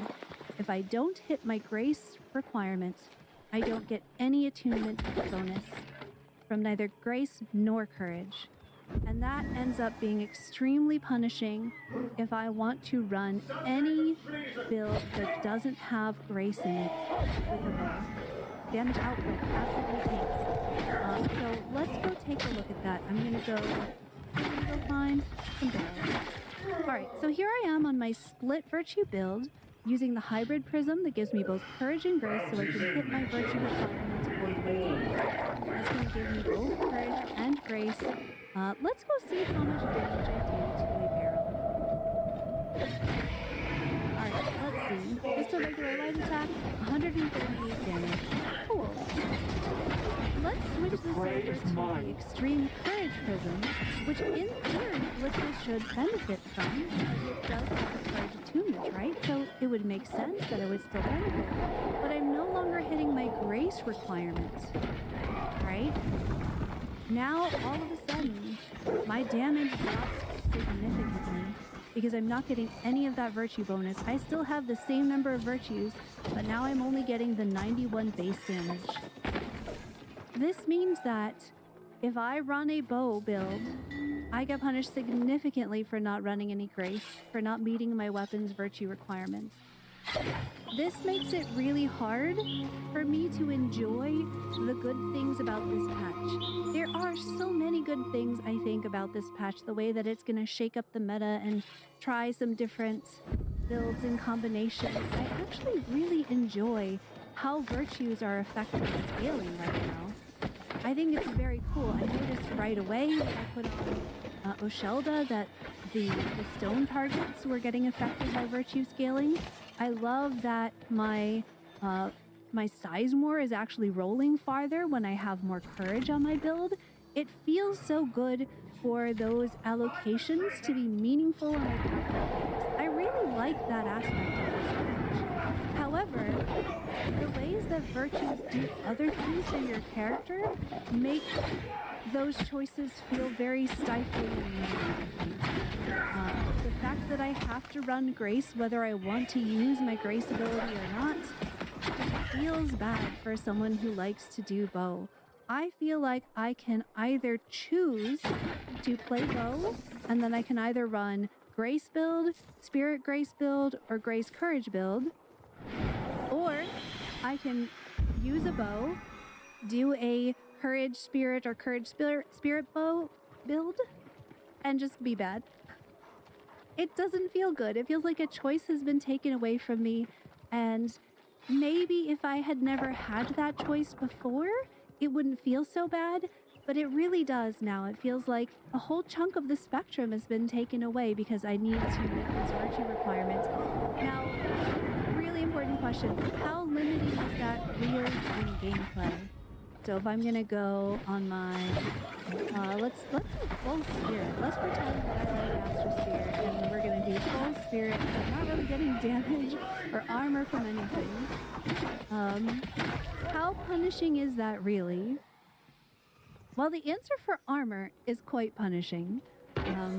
The answer for armor is that in Koga especially, you can get one tapped. I did on stream. It can get, you need the armor, is what I'm saying.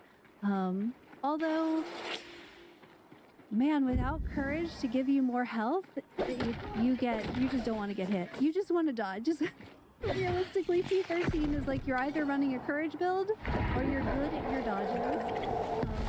But, you know, how much is this damage difference going to really matter?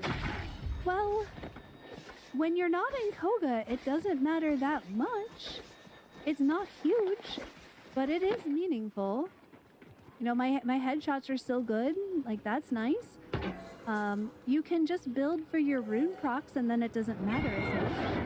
But at that point, if we're saying like, oh, the virtue scaling system that we have is not so bad because you can just build for your rune procs and then it doesn't matter, you're basically saying, oh, don't worry, the virtue scaling isn't bad because you don't have to engage with it, which I don't feel like is a great solution. So my thought here is that I really think that these virtue requirements are stifling build diversity pretty extremely. Like that damage difference, what, 91 versus 138? That's what, 9, 38, 47 damage difference? Like that's a huge chunk of damage. That's a huge portion of damage. That is very, very significant. So like, sure, I'm not technically punished in that my Blitzel doesn't do half damage if I don't hit the virtue requirement. So it's still like usable technically, but there's no way that I'm taking a build into Koga without hitting the virtue requirement. So that means at higher level gameplay, you just have to hit these virtue requirements in order to do meaningful damage, which means that it's pushing your builds to match your weapon rather than saying, oh, I'm going to focus on the pact. So my big question for the DE devs here would be, where do you want the focus of Soulframe gameplay to be? Do you want it to be on the weapons, or do you want it to be on the pacts? Because the way that this is set up right now with virtue requirements, make this virtue requirement the most important thing to think about in your building, and then your pact just kind of does what it does based on the virtues you can get. Like, you start with your weapon, you're like, all right, well, I guess I kind of want Courage and Grace on Ode Tempest because I do like Sizemore. I think it's fun, and I'm stuck in Grace no matter what. And, well, that's okay because I do like Admos, so great. We go, you know, Courage and Grace split. What if I wanted to do a 3-way split? Well, that's too bad. I don't have enough virtue points to hit my attunement, my virtue requirement for Blitzel if I want to do a 3-way split. Why is that happening? Well, the reason for that has to do with a change to pact upgrades. It used to be that every point spent on these virtue upgrades for your pact would translate into a point for that virtue. So right now I have 19 courage. I'm going to put in 1 point into Mora's Pride, and it will give me 20 courage. Great. Very straightforward. So it used to be that as you were buying these more expensive upgrades, this would go from 20 to 22. That has changed. This is now still amounting to only 1 point in the virtue per upgrade, which means that if I spend 10 pact upgrade points to max out Mora's Pride, I only get 4 points of courage for those 10 pact upgrade points. I really hope this is a bug. I really, really hope this is a bug, because that would at least take some of the pressure off with those virtue requirements. But right now, with this being the way that it is very difficult to hit your virtue requirements if you're not just doing a 50-50 split, with one of them being the requirement for your weapon. So this is something I hope is a bug and is going to change, but realistically, I just really want to know, like, I would love to hear from the devs about this. What is the point of the virtue requirements? Why do we care so much that bow users use Grace? What is the point of that? Is it because of fantasy game tropes that Legolas is graceful? Because let me tell you, as a real-life archer, there are many different types of archery in the world. There are so many different styles of archery, and they're all really different. I would think of, like, Kyudo as a very, like, spirit focus oriented archery, and then you have, like, trick archery where you have the lighter weight bows doing trick shots and as a very grace oriented, and then you have the, like, long bows as very courage oriented. Why do we have to narrow ourselves into these tropes where bow equals grace? That just feels like, what about your full spirit ritual daggers? I don't understand why we've made this change. It feels very limiting. It feels, compared to the versatility of P12 Soulframe, this feels kind of boring and cliche. I'm sorry. I love this game. I promise you I love this game, and I'm saying this out of love. But I just don't like it. I liked the versatility we had before, where we could mix and match whatever, and if I wanted to run a full spirit bow build, I could do that, and it was fun, and it was great, and it was cool. And I cannot anymore. That's just not viable anymore, and it's sad. It's sad to lose that creativity. It's sad to lose that kind of, you know, those special, unique builds. I cannot tell you how many games I've played where I've been like, wow, it would be so cool to be a spirit archer and shoot healing shots, and I thought this would be the game, and I feel like we have taken a very big step away from that. So I really hope that we reconsider here. I'm also going to point out that if we were trying to make a simpler system for new players, this ain't it. Because now I'm going to have to go through my packed upgrades to figure out, okay, What do I need to get what I want? And do I need sympathy? These are going to be stuck between all of my builds. So while my prism will change between my builds, my pact upgrades will be the same regardless. So I'm just going to, like, at least my talisman will change with my loadout slot. But this won't. So I think this is going to be tough. I think this is tough. I think this is really tough. And I hope that we see some changes here. I sincerely hope that we see some changes here. I think that if we have had exactly the system that we currently have, maybe even with the virtue requirements, but we could still fully change the attunements of weapons with blessed joinery, I would feel very differently about this. I don't know how I feel yet about these changes to what virtues do. I can't mouse over here to show you what I'm talking about, but if you look in the top left there, right? Virtues, courage grants life, spirit quickens magic, basically cooldown reduction for all of your arcanics.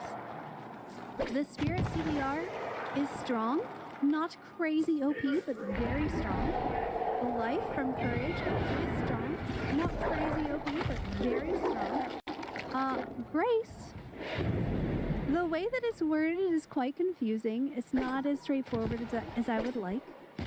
But essentially, when I'm going into an encounter, only the first shot is benefiting from grace scaling, because after that they're alerted.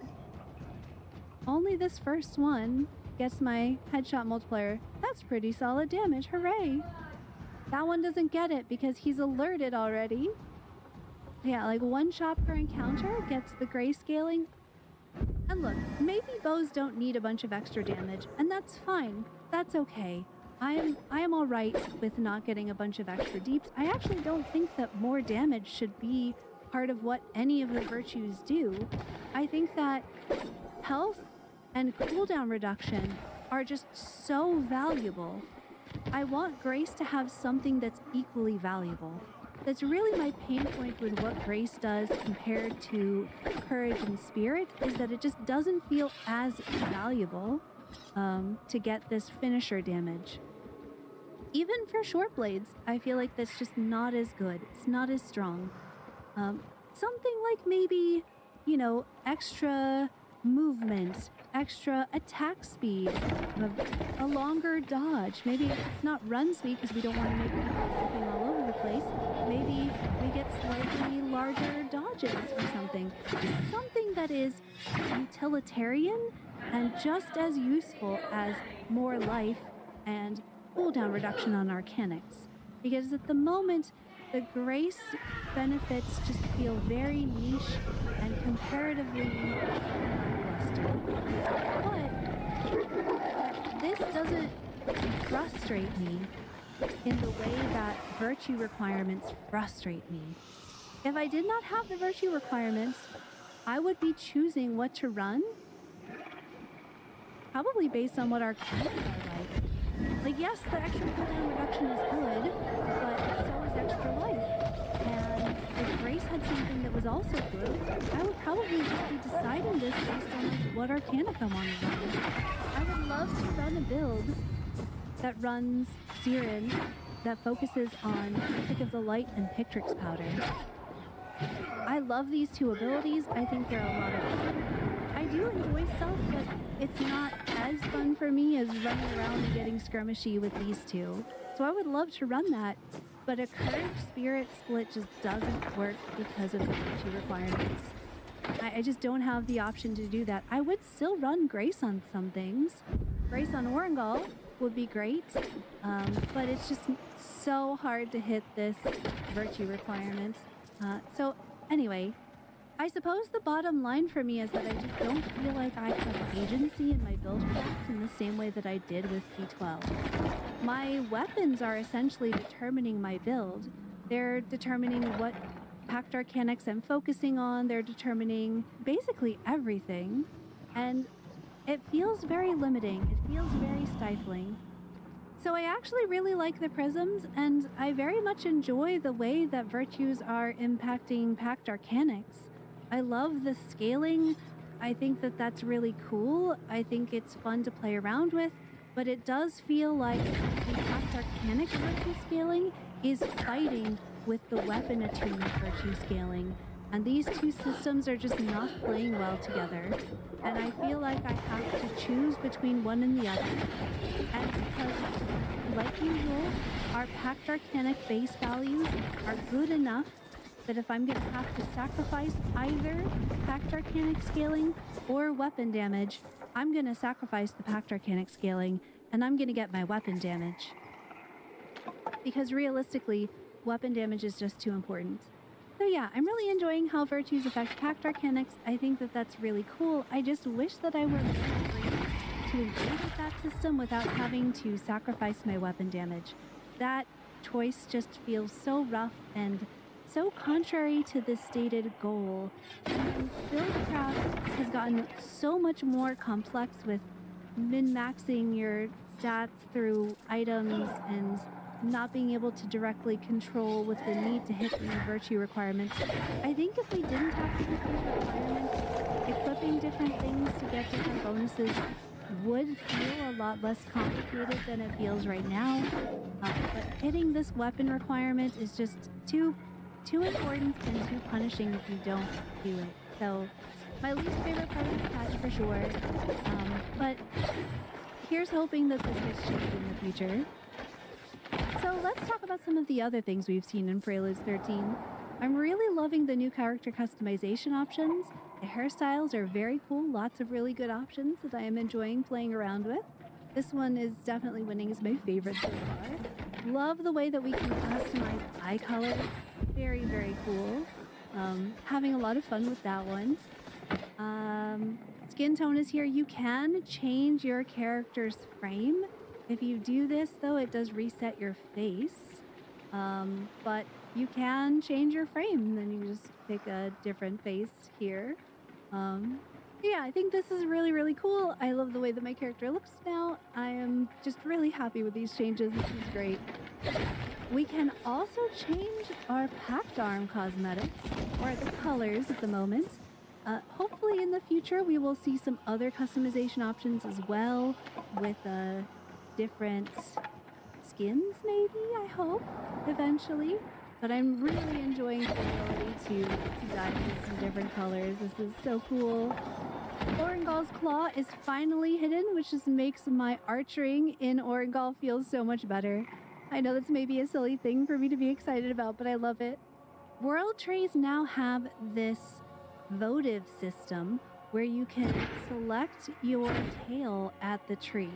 I love this. I think this is such a improvement to the way things that were before. It also shows you where avocado is, so if you're looking for an avocado, the world tree will tell you if there's one nearby. It will also tell you if there's an organ up nearby. I have heard people saying that this is increasing travel time, and for that I say just use Orengal. Use Orengal to help you get to the trees. It really does help cut down on travel time quite a bit. This won't be an issue at all when they put mounts into the game, and that's happening sometime this year. So think of this as a temporary inconvenience. In the long run, though, it is so nice not to have to just sit around and idle and hope for the right tail to show up. It's also really nice to be able to go to a tree and just know right away the kind of tail that you would like to do. So I'm very much enjoying this new system. I think it's a great quality of life improvement, and I'm super happy to see it in Soulframe. There are fewer heavy attacks from enemies in melee combat, so you are not finding that you have to block or evade your heavies quite as often as you used to. And that is a great improvement as well. Melee combat definitely does feel a lot better this patch. I do want to try it out more and get a feel for it on more weapons before I develop a more informed opinion about how big those changes are, but my first impression of melee combat is that it feels a lot better in P13.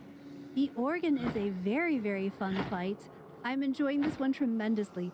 Please, DE, put this music on Spotify. It is so good, it made me max out my volume for music because it's such a good song.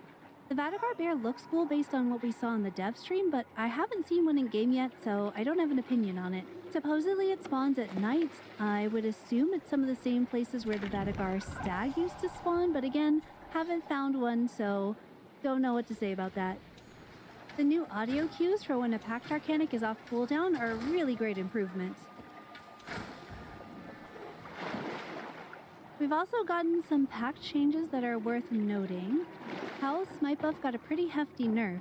I'm not sure yet if I feel like it's still good or if it's just too much of a nerf. I'm gonna need to test it more to have a really strong opinion on it. I do definitely notice the difference, although I'm not running a full Grace build at the moment, so I'm not sure if I can judge it fairly right now. Chromius is bugged currently because Rum Thump is not doing any damage, but this is definitely just a bug, so don't worry. I believe Cookabet they are going to fix it. Once Chromius gets some fixes, I'll take another look at the packs, and we will definitely see some updated build guides for all packs in P13. So, yeah, those are my first impressions. Is this how I'm gonna feel a week from now? I don't know. Maybe with more time I'm gonna have a different point of view on these things, but so far, right now, I do enjoy prisms. I do really like the way that Arcanics are scaling with virtues, but I don't like how the virtue requirement on weapons is forcing me to run certain virtues and thus limiting how I can engage with my packed Arcanics. I don't feel like those two systems go well together, and I think the game would be a lot more fun if we didn't have those virtue requirements at all. But this is what we've got. So for now, I'm just gonna do the best that I can and give my honest feedback on it, which is unfortunately that bow players are being forced into Grace builds and it doesn't feel great. The rest of the systems are fun. Swapping your loadouts with prisms is great. There's just so much potential, and I feel like I'm missing out on part of it because there's a certain weapon that I really like. So my question for all of you today is, what weapon do you like to use the most? And do you feel like that weapon choice is limiting your build options? Because that's definitely how I feel, but again, I'm only one envoy and this game is for all of us, so let me know what you think in the comments. Thanks for bearing with me on this very rambly video. Next week, I will have a more detailed and organized take for you, but I wanted to get this first impression out right away and also get this information out to you right away on how you get your prisms and how some of this new stuff works. So I hope that that was helpful, and I hope you enjoy playing with this patch over the weekend. And until next time, happy hunting!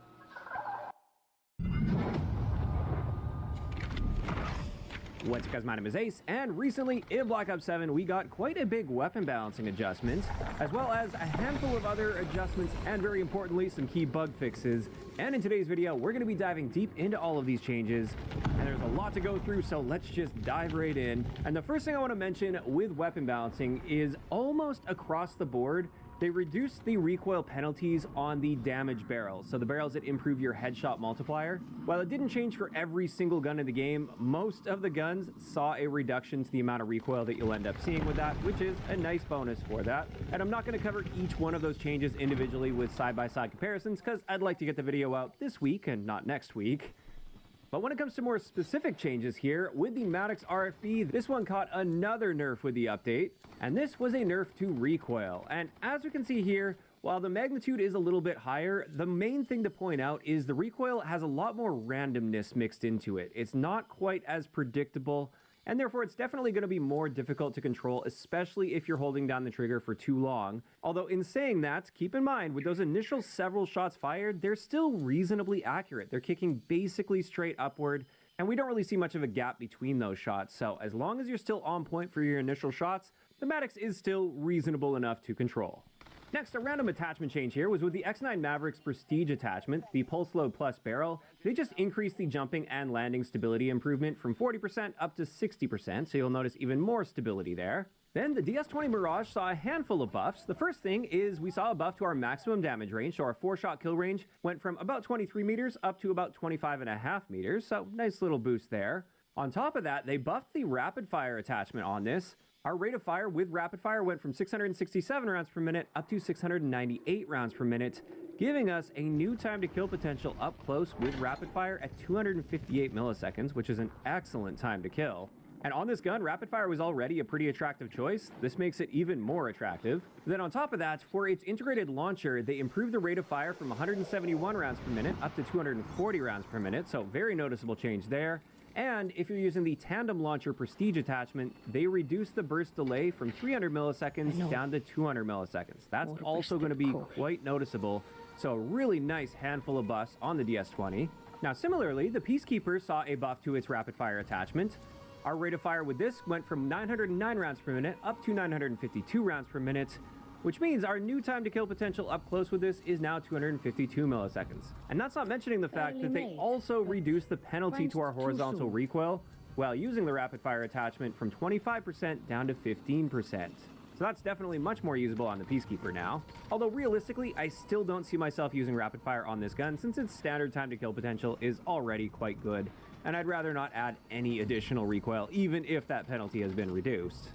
Next, let's get into the SMG category, and the new SMG, the Rev 46, saw a handful of adjustments, including a slight nerf to our maximum damage value that doesn't change the number of shots to kill at all, and then some headshot value adjustments, which at the end of the day, all of these adjustments did one thing, and that made it so in the second damage range, without the headshot barrel, we now only need 3 headshots mixed in with body shots rather than 4 in order to cut that down to a 6-shot kill. And that's it. So it really looked like a lot more change than actually did with this gun. After that, for the MPC-25, with its Prestige attachment, the Stratus X barrel, they buffed this in a few ways. The first thing is they increased all of our damage ranges, and we can see those are some really nice boosts to our damage range. And then on top of that, they buffed the recoil improvement that you already get with this barrel. They made it even more powerful when it comes to recoil improvement. And as we can see, looking at it side by side, we're seeing a very nice reduction there. And I think that's going to make this barrel a lot more attractive. I was actually in the process of throwing my gun guide together for the MPC-25, and my conclusion for this barrel was going to be that there's just not enough upsides to really make it worthwhile. And I was actually going to be suggesting a range boost with it. And so, really happy to see this. I would definitely say this barrel is a more attractive option now. And then on top of that for the MPC-25, it's Contra Bloom Laser, which we got just recently out of the weekly challenges. They gave this a little bit of a buff by reducing the damage range penalty from 35% down to just 15%. And this gives us a much more reasonable range profile. While we're still losing range compared to the base MPC, it's not nearly as bad as it was previously, and that's going to make the Contra Bloom a bit more attractive. That was really my primary issue with it. It just felt like it was being way too harsh on the range penalties, so I like the fact that we're seeing this adjustment here. And then finally, they did mention for rapid fire on the MPC, they've just reduced our horizontal recoil penalty from 20% down to 15%, so it'll be slightly more accurate with rapid fire. After that, let's get into the LMG category, and the Sokol 545 saw a buff to its neck multiplier, so it now matches the headshot multiplier, so it's effectively just extending that headshot multiplier down to the neck, and that also applies to the damage barrel if you use that. And then on top of that, there were just a bunch of attachment improvements here. I'm not going to go through every single one of these on the list, but just know many of the attachments that improve our movement speed values and our recoil values, they have been improved on the Sokol 545. And on top of that, they also improve the parallel foregrip, so it no longer harms our recoil gun kick and vertical recoil control. And the aim down sight spread is improved from 1.75 degrees down to 1.45 degrees, so it'll be more accurate with that parallel grip. Now, after that, I think a lot of people are going to be happy to see the fact that the Mark 78 saw some very notable nerfs. The first thing they did is they slightly nerfed our maximum damage value, not enough to change the number of shots to kill to the body, but it is enough to require 2 headshots rather than 1 without the headshot barrel in order to cut that down to a 3-shot kill. I think that's very appropriate. And then the next nerf is much more noticeable. In the second damage range, they dropped the damage value down to 24, meaning instead of a 4-shot kill, it's now a 5-shot kill in that range. However, 1 single headshot, even without the damage barrel, will bring that back down to a 4-shot kill. Now, on top of that, with the Mark 78, when using the Prestige attachment, which is the belt-fed magazine, previously, it was supposed to be giving you aim down sight spread, so it was meant to be a bit inaccurate when aiming down sight and using this, but that wasn't applying properly, and I pointed that out in my gun guide for this. They have now fixed that bug, and therefore we are actually seeing some aim down sight spread now when using this. And as we can see, it's clearly there, and it will be impacting your ability to accurately hit your target at longer ranges. In saying that, at close to mid ranges, this is still pretty accurate, and you should still be able to land your shots reasonably effectively, but this is no longer just an obvious choice on the Mark 78. And then finally, for the LMG category, the XM325 just saw a bunch of attachment changes similar to the Sokol 545. So a lot of recoil and movement speed adjustments on various attachments, but the base gun itself didn't change at all. Next, let's talk marksman rifles. And for the Warden 308, the first thing is they fixed the damage barrel being unavailable. That happened with the Season 2 update. It just sort of disappeared. That should be fixed now. And along with that, that allows you to break your aim down sight by using a melee attack. And then finally, for the Nova line, not only did it get to that recoil improvement when using the damage barrel, but they also reduced our damage range penalty when using rapid fire or the bolt carrier group. They reduced this range penalty from 10% down to just 6%. So that's marksman rifles out of the way. Now let's get into shotguns. And with the M10 Breacher, they added an additional benefit to the Prestige attachment, and that is it will now also improve your sprint to fire time by 25 milliseconds. So that makes it a little more attractive. And the other shotgun change that was made here is with the Echo 12, they increased our second and third damage range drop-offs by a couple meters. So that should make the Echo 12 a little bit better in those mid-ranges. Now after that, let's talk sniper rifles. And they mentioned in the notes here that their backend data was showing that sniper rifles have been too powerful lately, and they made a couple broad changes targeting attachments with sniper rifles. First off, they've nerfed the Strelic laser, and I'm really happy to see this. This is exactly what I was hoping they would make an adjustment to. Instead of just nerfing the sniper rifles across the board, they're targeting the Strelic laser in particular. And with this, your hip to aim down sight spread will now start tightening with the Strelic laser at 50% of your aim down sight time, and that will transition into 100% accuracy once you get fully aimed down sight. Whereas previously, that spread would start tightening immediately. The moment you started aiming down sight, your spread would start tightening, and it would be fully accurate at 90% of your actual aim down sight time. And then they just said, for comparison, if you're not using the Strelic laser, your sniper spread won't start tightening until 80% of your aim down sight transition time, and you don't reach perfect accuracy until 100%. So it's still going to be providing a very notable benefit compared to not using it. It's just not going to be quite as powerful as it was before this update. And as I said, I'm really happy to see this instead of just like blanket nerfs to sniper rifles across the board. And then the other thing they did here to all of the sniper rifles is they moved around how they're handling flinch on attachments. And what they've done here is for the previous sources of flinch resistance in the stock and underbarrel category, they've had their values reduced, so they've nerfed those attachments a little bit. And instead, they provided some new flinch resistance benefits on a barrel and a rear grip, and that will require some more trade-offs in order to gain optimal flinch resistance. So you're still able to get to that point, but now you're sacrificing some attachments that were otherwise really good for something like aim down sight speed, for instance, which is extremely important for quickscopers. So it's more likely that if somebody's going for a full quickscoping build, they're going to be experiencing more flinch than they were previously due to their attachment selection. And again, I really like that they went this route instead of just nerfing the snipers across the board, because I don't want snipers to be incredibly weak, but they definitely have felt quite oppressive lately, and their data shows that.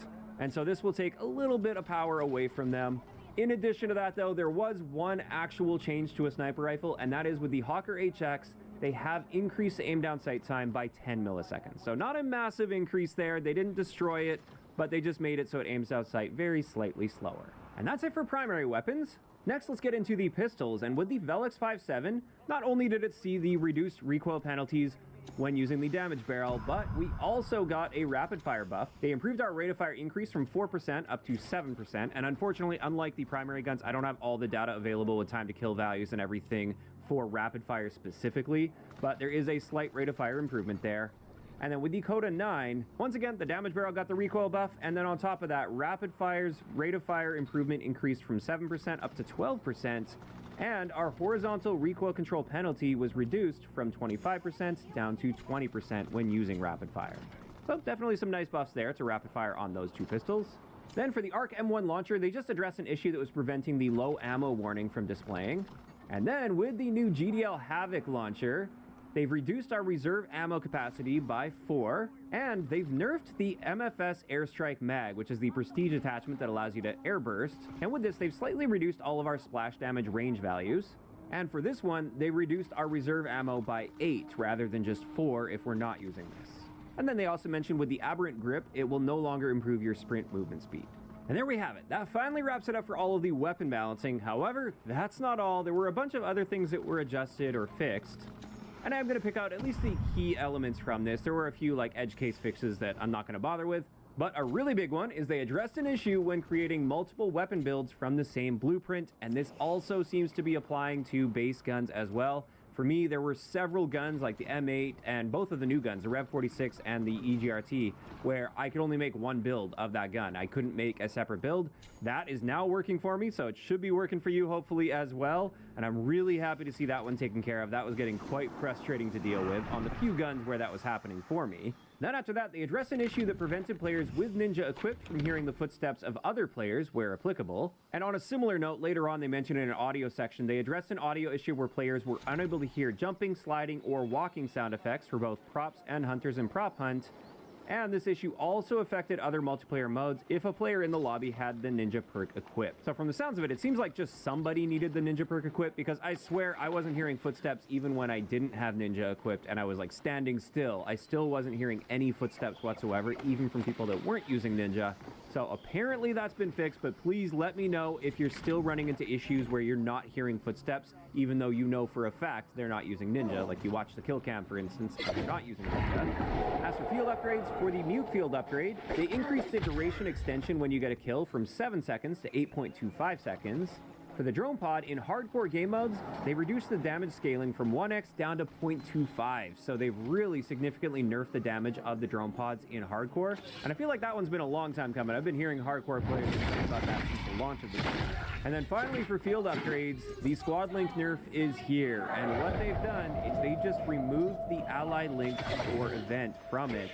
And they increased the charge time from 2.7 to 3 minutes. I gotta say, I think they took this too far, especially doing both of those at once. While the squad link is capable of earning score from a bunch of other sources as well, one of the primary sources of score was from your teammates entering the radius of your squad link and getting that ally link score. So now that we don't have that at all, that really limits how much score potential we're going to be getting out of a squad link. And so my concern with this ended up coming true. Squad link was never really a major issue, at least I never saw people complaining about it until 10v10 was added. And then with 10v10, it did become an issue because there's so many more players on the map, so you're going to be getting those ally linked score events much more often, and you can rack up score by just sitting in spawn with a squad link and even earn some high-end streaks without ever seeing an enemy player. So obviously there was an issue there. My hope was that they would do something to target its effectiveness in 10v10 without harming it too much in 6v6, and that's not what happened here. They pretty much just destroyed the squad link in my eyes. And that is quite unfortunate, especially because they also increased the charge time. I think that was totally unnecessary on top of taking its primary source of score away from it. So I do find that to be a bit unfortunate that they took it as far as they did. I know something needed to change for 10v10, but they took it too far in my eyes for regular modes. Then on top of that, it looks like they fixed the HKD bug that was introduced with Season 2. where sometimes HKDs wouldn't drop from the sky, they would just get stuck up in the air. And essentially after that, there were just various stability fixes and a bunch of ranked play improvements. I don't play ranked at all, so I don't really understand most of these, but they updated a lot of the restrictions in ranked play. And there we have it. That's going to wrap it up for the big update that we got, primarily the weapon balancing portion of that. And in general, excellent update. They fixed so many of the issues that have popped up with Season 2 that I was really getting annoyed with. I think for the most part, the weapon balancing changes were really well done and definitely well thought out overall. And really, I think my only complaint with this is the fact that they nerfed the squad link as hard as they did. Now, of course, those are just my opinions on this update, and I'd love to hear what you guys think about it in those comments down below. Are you guys generally happy with these changes and fixes, or maybe not so much? If you enjoyed this one, a like rating is always appreciated, and don't forget to subscribe for more if you haven't already. I'll talk to you guys next time.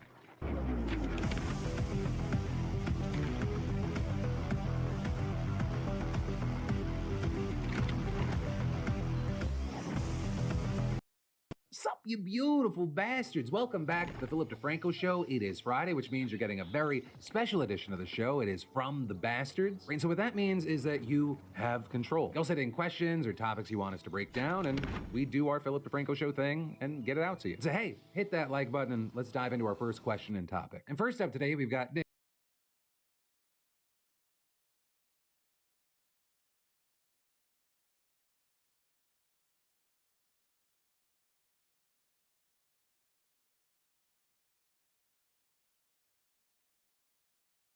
Hey guys, first Regardsman here, and I'll be talking about some Space Marine 2 news regarding Tech Marine feedback and potential changes in Patch 12, alongside the expected release date for the new class and operation. Now we'll also be talking about some of Saber's comments on the new Champion Pack customization coming to the Tech Marine update, and some planned gameplay features on top of new details on the Concordone's cosmetic pack. So the first thing we'll talk about here is, when does the Tech Marine actually come out? Well, the public test server just wrapped up a little over a week ago, and Saber did actually talk about some planned changes for the class, but as far as the release date is concerned, Saber has stated multiple times that the intended release date for Patch 12 is the end of February. They also recently reiterated this in an official announcement, so there you have it. Expect the release of Tech Marine and the rest of Patch 12 in a couple of weeks. Saber's community manager also said they will be giving us an exact date in a few days, but to be honest, it is only a couple weeks away, and I expect this patch to release on February 24th or the 26th, since they usually like dropping major updates on a Tuesday or Thursday. But let me know what you guys think about the release date. I don't think 2 weeks is a big wait at all, but I know some people are dying to play the new update as soon as possible, so I'm curious what your thoughts are. Now, as far as feedback for the Tech Marine is concerned, a lot of players, myself included, found the Tech Marine to be really fun, but also on the weaker side, with some strange perk decisions and lack of survivability. Now, Saber has actually come out and commented about the feedback for Tech Marine and some of the intended changes for this class and other classes like the Assault. One of the community managers said the biggest thing they noticed is that people do not find the perk tree of the Tech Marine particularly engaging, and that things like the Tarantula Sentry turrets, while strong, are often poorly placed around the mission, making it a bit harder for a lot of players to actually make good use out of the sentry guns, even though the sentry guns were very strong on the public test server. Although they did also comment that things like the Assault's new perk, Strong Strike, are considered a great addition by them, so I wouldn't expect any major changes to that outside of a few bug fixes. Now, Saber did also say we should not expect any massive changes to Tech Marine immediately at launch, especially with the perk tree, because perk changes do take time. But even with that being said, I would still expect them to make at least a few changes to the actual perk tree, since some things were definitely lackluster with the PTS version of the Tech Marine. One other thing they mentioned regarding feedback on the Tech Marine, however, was the complete lack of Tarantula Sentry guns in Siege mode during the PTS. Saber said this is actually intentional, and they are supposed to be purchasable later at the requisition terminal, kind of like a Dreadnought. Now, we don't know if this will come out with the official Patch 12 launch or with the new Siege mode map later this year, but if the Sentry guns are even remotely as powerful as they were in the PTS, they will be a better option in Siege mode than the Dreadnought, because those things completely wipe out hordes all on their own in the public test server. I have also never seen a Tarantula Sentry gun actually die on the public test server, so I assume that their HP is going to get reduced as well in the official launch, but we'll see what they do do with that regarding balance. But let me know what you guys think about these sentry guns and potential tech marine changes. I know not everybody has had access to the public test server, since it was exclusively on PC, but I was a big fan of these turrets, and I think that they, alongside the burn servo gun, kind of carried the entire class. Now, the next thing we'll be talking about here are upcoming cosmetics in patch 12. Saber did release some Kakarodone's cosmetic images recently, and this new chapter pack, it does look pretty damn cool. This is also alongside them telling us that Kakarodone's cosmetic pack will not have its own heraldry section and will instead be limited to armor pieces in this patch. Now, this does make sense though, because this is not a pack for successor chapters, it's a customization pack for a single successor chapter, so having its own heraldry section would make a lot of sense anyways. And on top of us getting Kakarodone's info, we also have confirmation that the new chapter head and voice pack DLC will be priced at $5. This was a fairly controversial DLC in Space Marine 2's community, but $5 is a pretty fair price in my opinion. Space Marine 2 hasn't ever had a single DLC that goes beyond $8 anyways. This is the same as a chapter cosmetic pack, which really isn't that bad. But let me know how you guys feel about a $5 price tag for these voice lines and heads. The current chapters we're getting in this are the Space Wolves, Black Templars, and Blood Angels, and you will be able to use the heads and voices independently, so that's a pretty cool option there. We did also recently get a leak that there will be another chapter pack in the future featuring a Raven Guard head and voice lines, plus the fact that we already had data mines for a White Scars DLC head in the past, so I imagine those will both be part of an upcoming pack. Personally, I'm looking forward to these, and I'm happy the game is giving us options beyond just color and armor changes to properly rep chapters beyond Ultramarines, because Space Marine 2 is a pretty Ultramarine coded game in general. And speaking of cosmetics, we are also getting brand new Twitch drop cosmetics with patch 12. Now, we don't know exactly what these will be yet, but Saber did give us a hint saying we'll be getting a brand new chest piece and purple cosmetic, which could be a weapon skin, and they also confirmed that we will also be getting some currency as part of the drop campaign. Presumably, this will be accolades, as requisition points are already really easy to get in Space Marine 2, so we kind of dumb we got those like a drop option. Now, the previous Twitch drop Aquila chest piece is one of my favorites and the community's favorites, and the Porphyr Shield weapon skins have been largely disliked by the community at large, so I'm pretty excited to get some actual armor pieces this time around.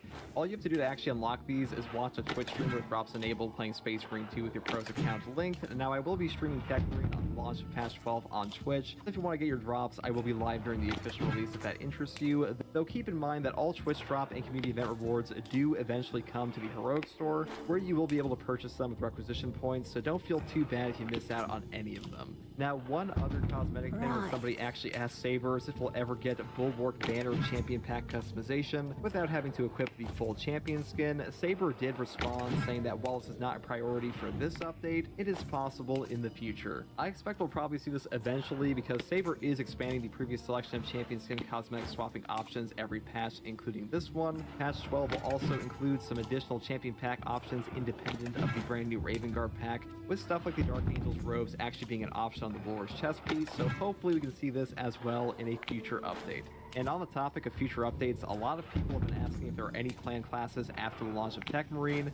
Now, new classes and horde shooters are usually very popular additions, as they open up entirely new gameplay opportunities and change team comp dynamics significantly. Now, Saber did actually respond to this, saying that at the moment there are no planned new classes post Tech Marine, but we should wait and see how Tech Marine launches before confirming other class options in the first place. This makes a lot of sense to me, as Saber is likely testing the water here to see how well the Tech Marine update actually does before they dedicate resources to other post-launch classes. Now, in my opinion, Tech Marine will be this game's biggest update, and most players will respond very positively to this class's gameplay loop, even if they might have some issues with the actual power level of the class. Saber even commented on the potential of a Librarian Psyker class previously, stating that at the moment there are no plans for a Librarian class, since they don't intend to add psychic powers to Space Marine 2 at all. And while I think a caster type class would fit the current class archetypes very well, a Librarian would be very hard to actually implement, as they are usually among the most powerful members of a chapter and significantly power creep most standard Primaris.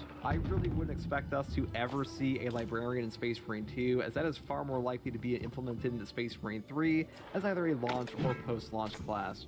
Now, a class we might actually see, however, is a Chaplain, because Saber's community director did previously state that he really wanted chaplain class in the game, and there was a lot of back and forth regarding this or classes like Tech Marine. I imagine the main reason they settled on the Tech Marine is because Adeptus Mechanicus are a very popular faction in 40k, so from a resources perspective, it was probably an easier sell to them than a chaplain class, which, while very cool, is a bit more niche than praising the Omnisaya for a lot of players. Though if the Tech Marine launch is a major hit like I expect it will be, and they do greenlight a new class to be added to the game, then I would highly expect that Chaplain is the next one I'll be getting. But let me know which class you guys like to see added to Space Marine 2 next. I know the Saber confirmation that they are not working on a Librarian at all might be disappointing to some, but there are still tons of other options like a Justiciar or even an Apothecary. And the game is likely going to go on sale again very soon with the Tech Marine update, and this update will also be a free update. So if you have the game on the Game Pass or you're purchasing the game on sale with no DLC, you will still be able to access the new Tech Marine class and all the other gameplay content that has been added since launch. But that is pretty much all the news I wanted to cover today. Let me know how you guys feel about the upcoming Tech Marine launch, if you're excited for the new cosmetic DLC. I also want to say a special thanks to my channel members. You guys help me make guides and keep the channel alive. And if you want to catch me live to ask me questions about the game or just come hang out, you can find me live here on YouTube or on Twitch with a link in the video description alongside a link to my community Discord. And as always, if you like content like this, subscribe for more, and thank you for watching. Take it easy. Bye.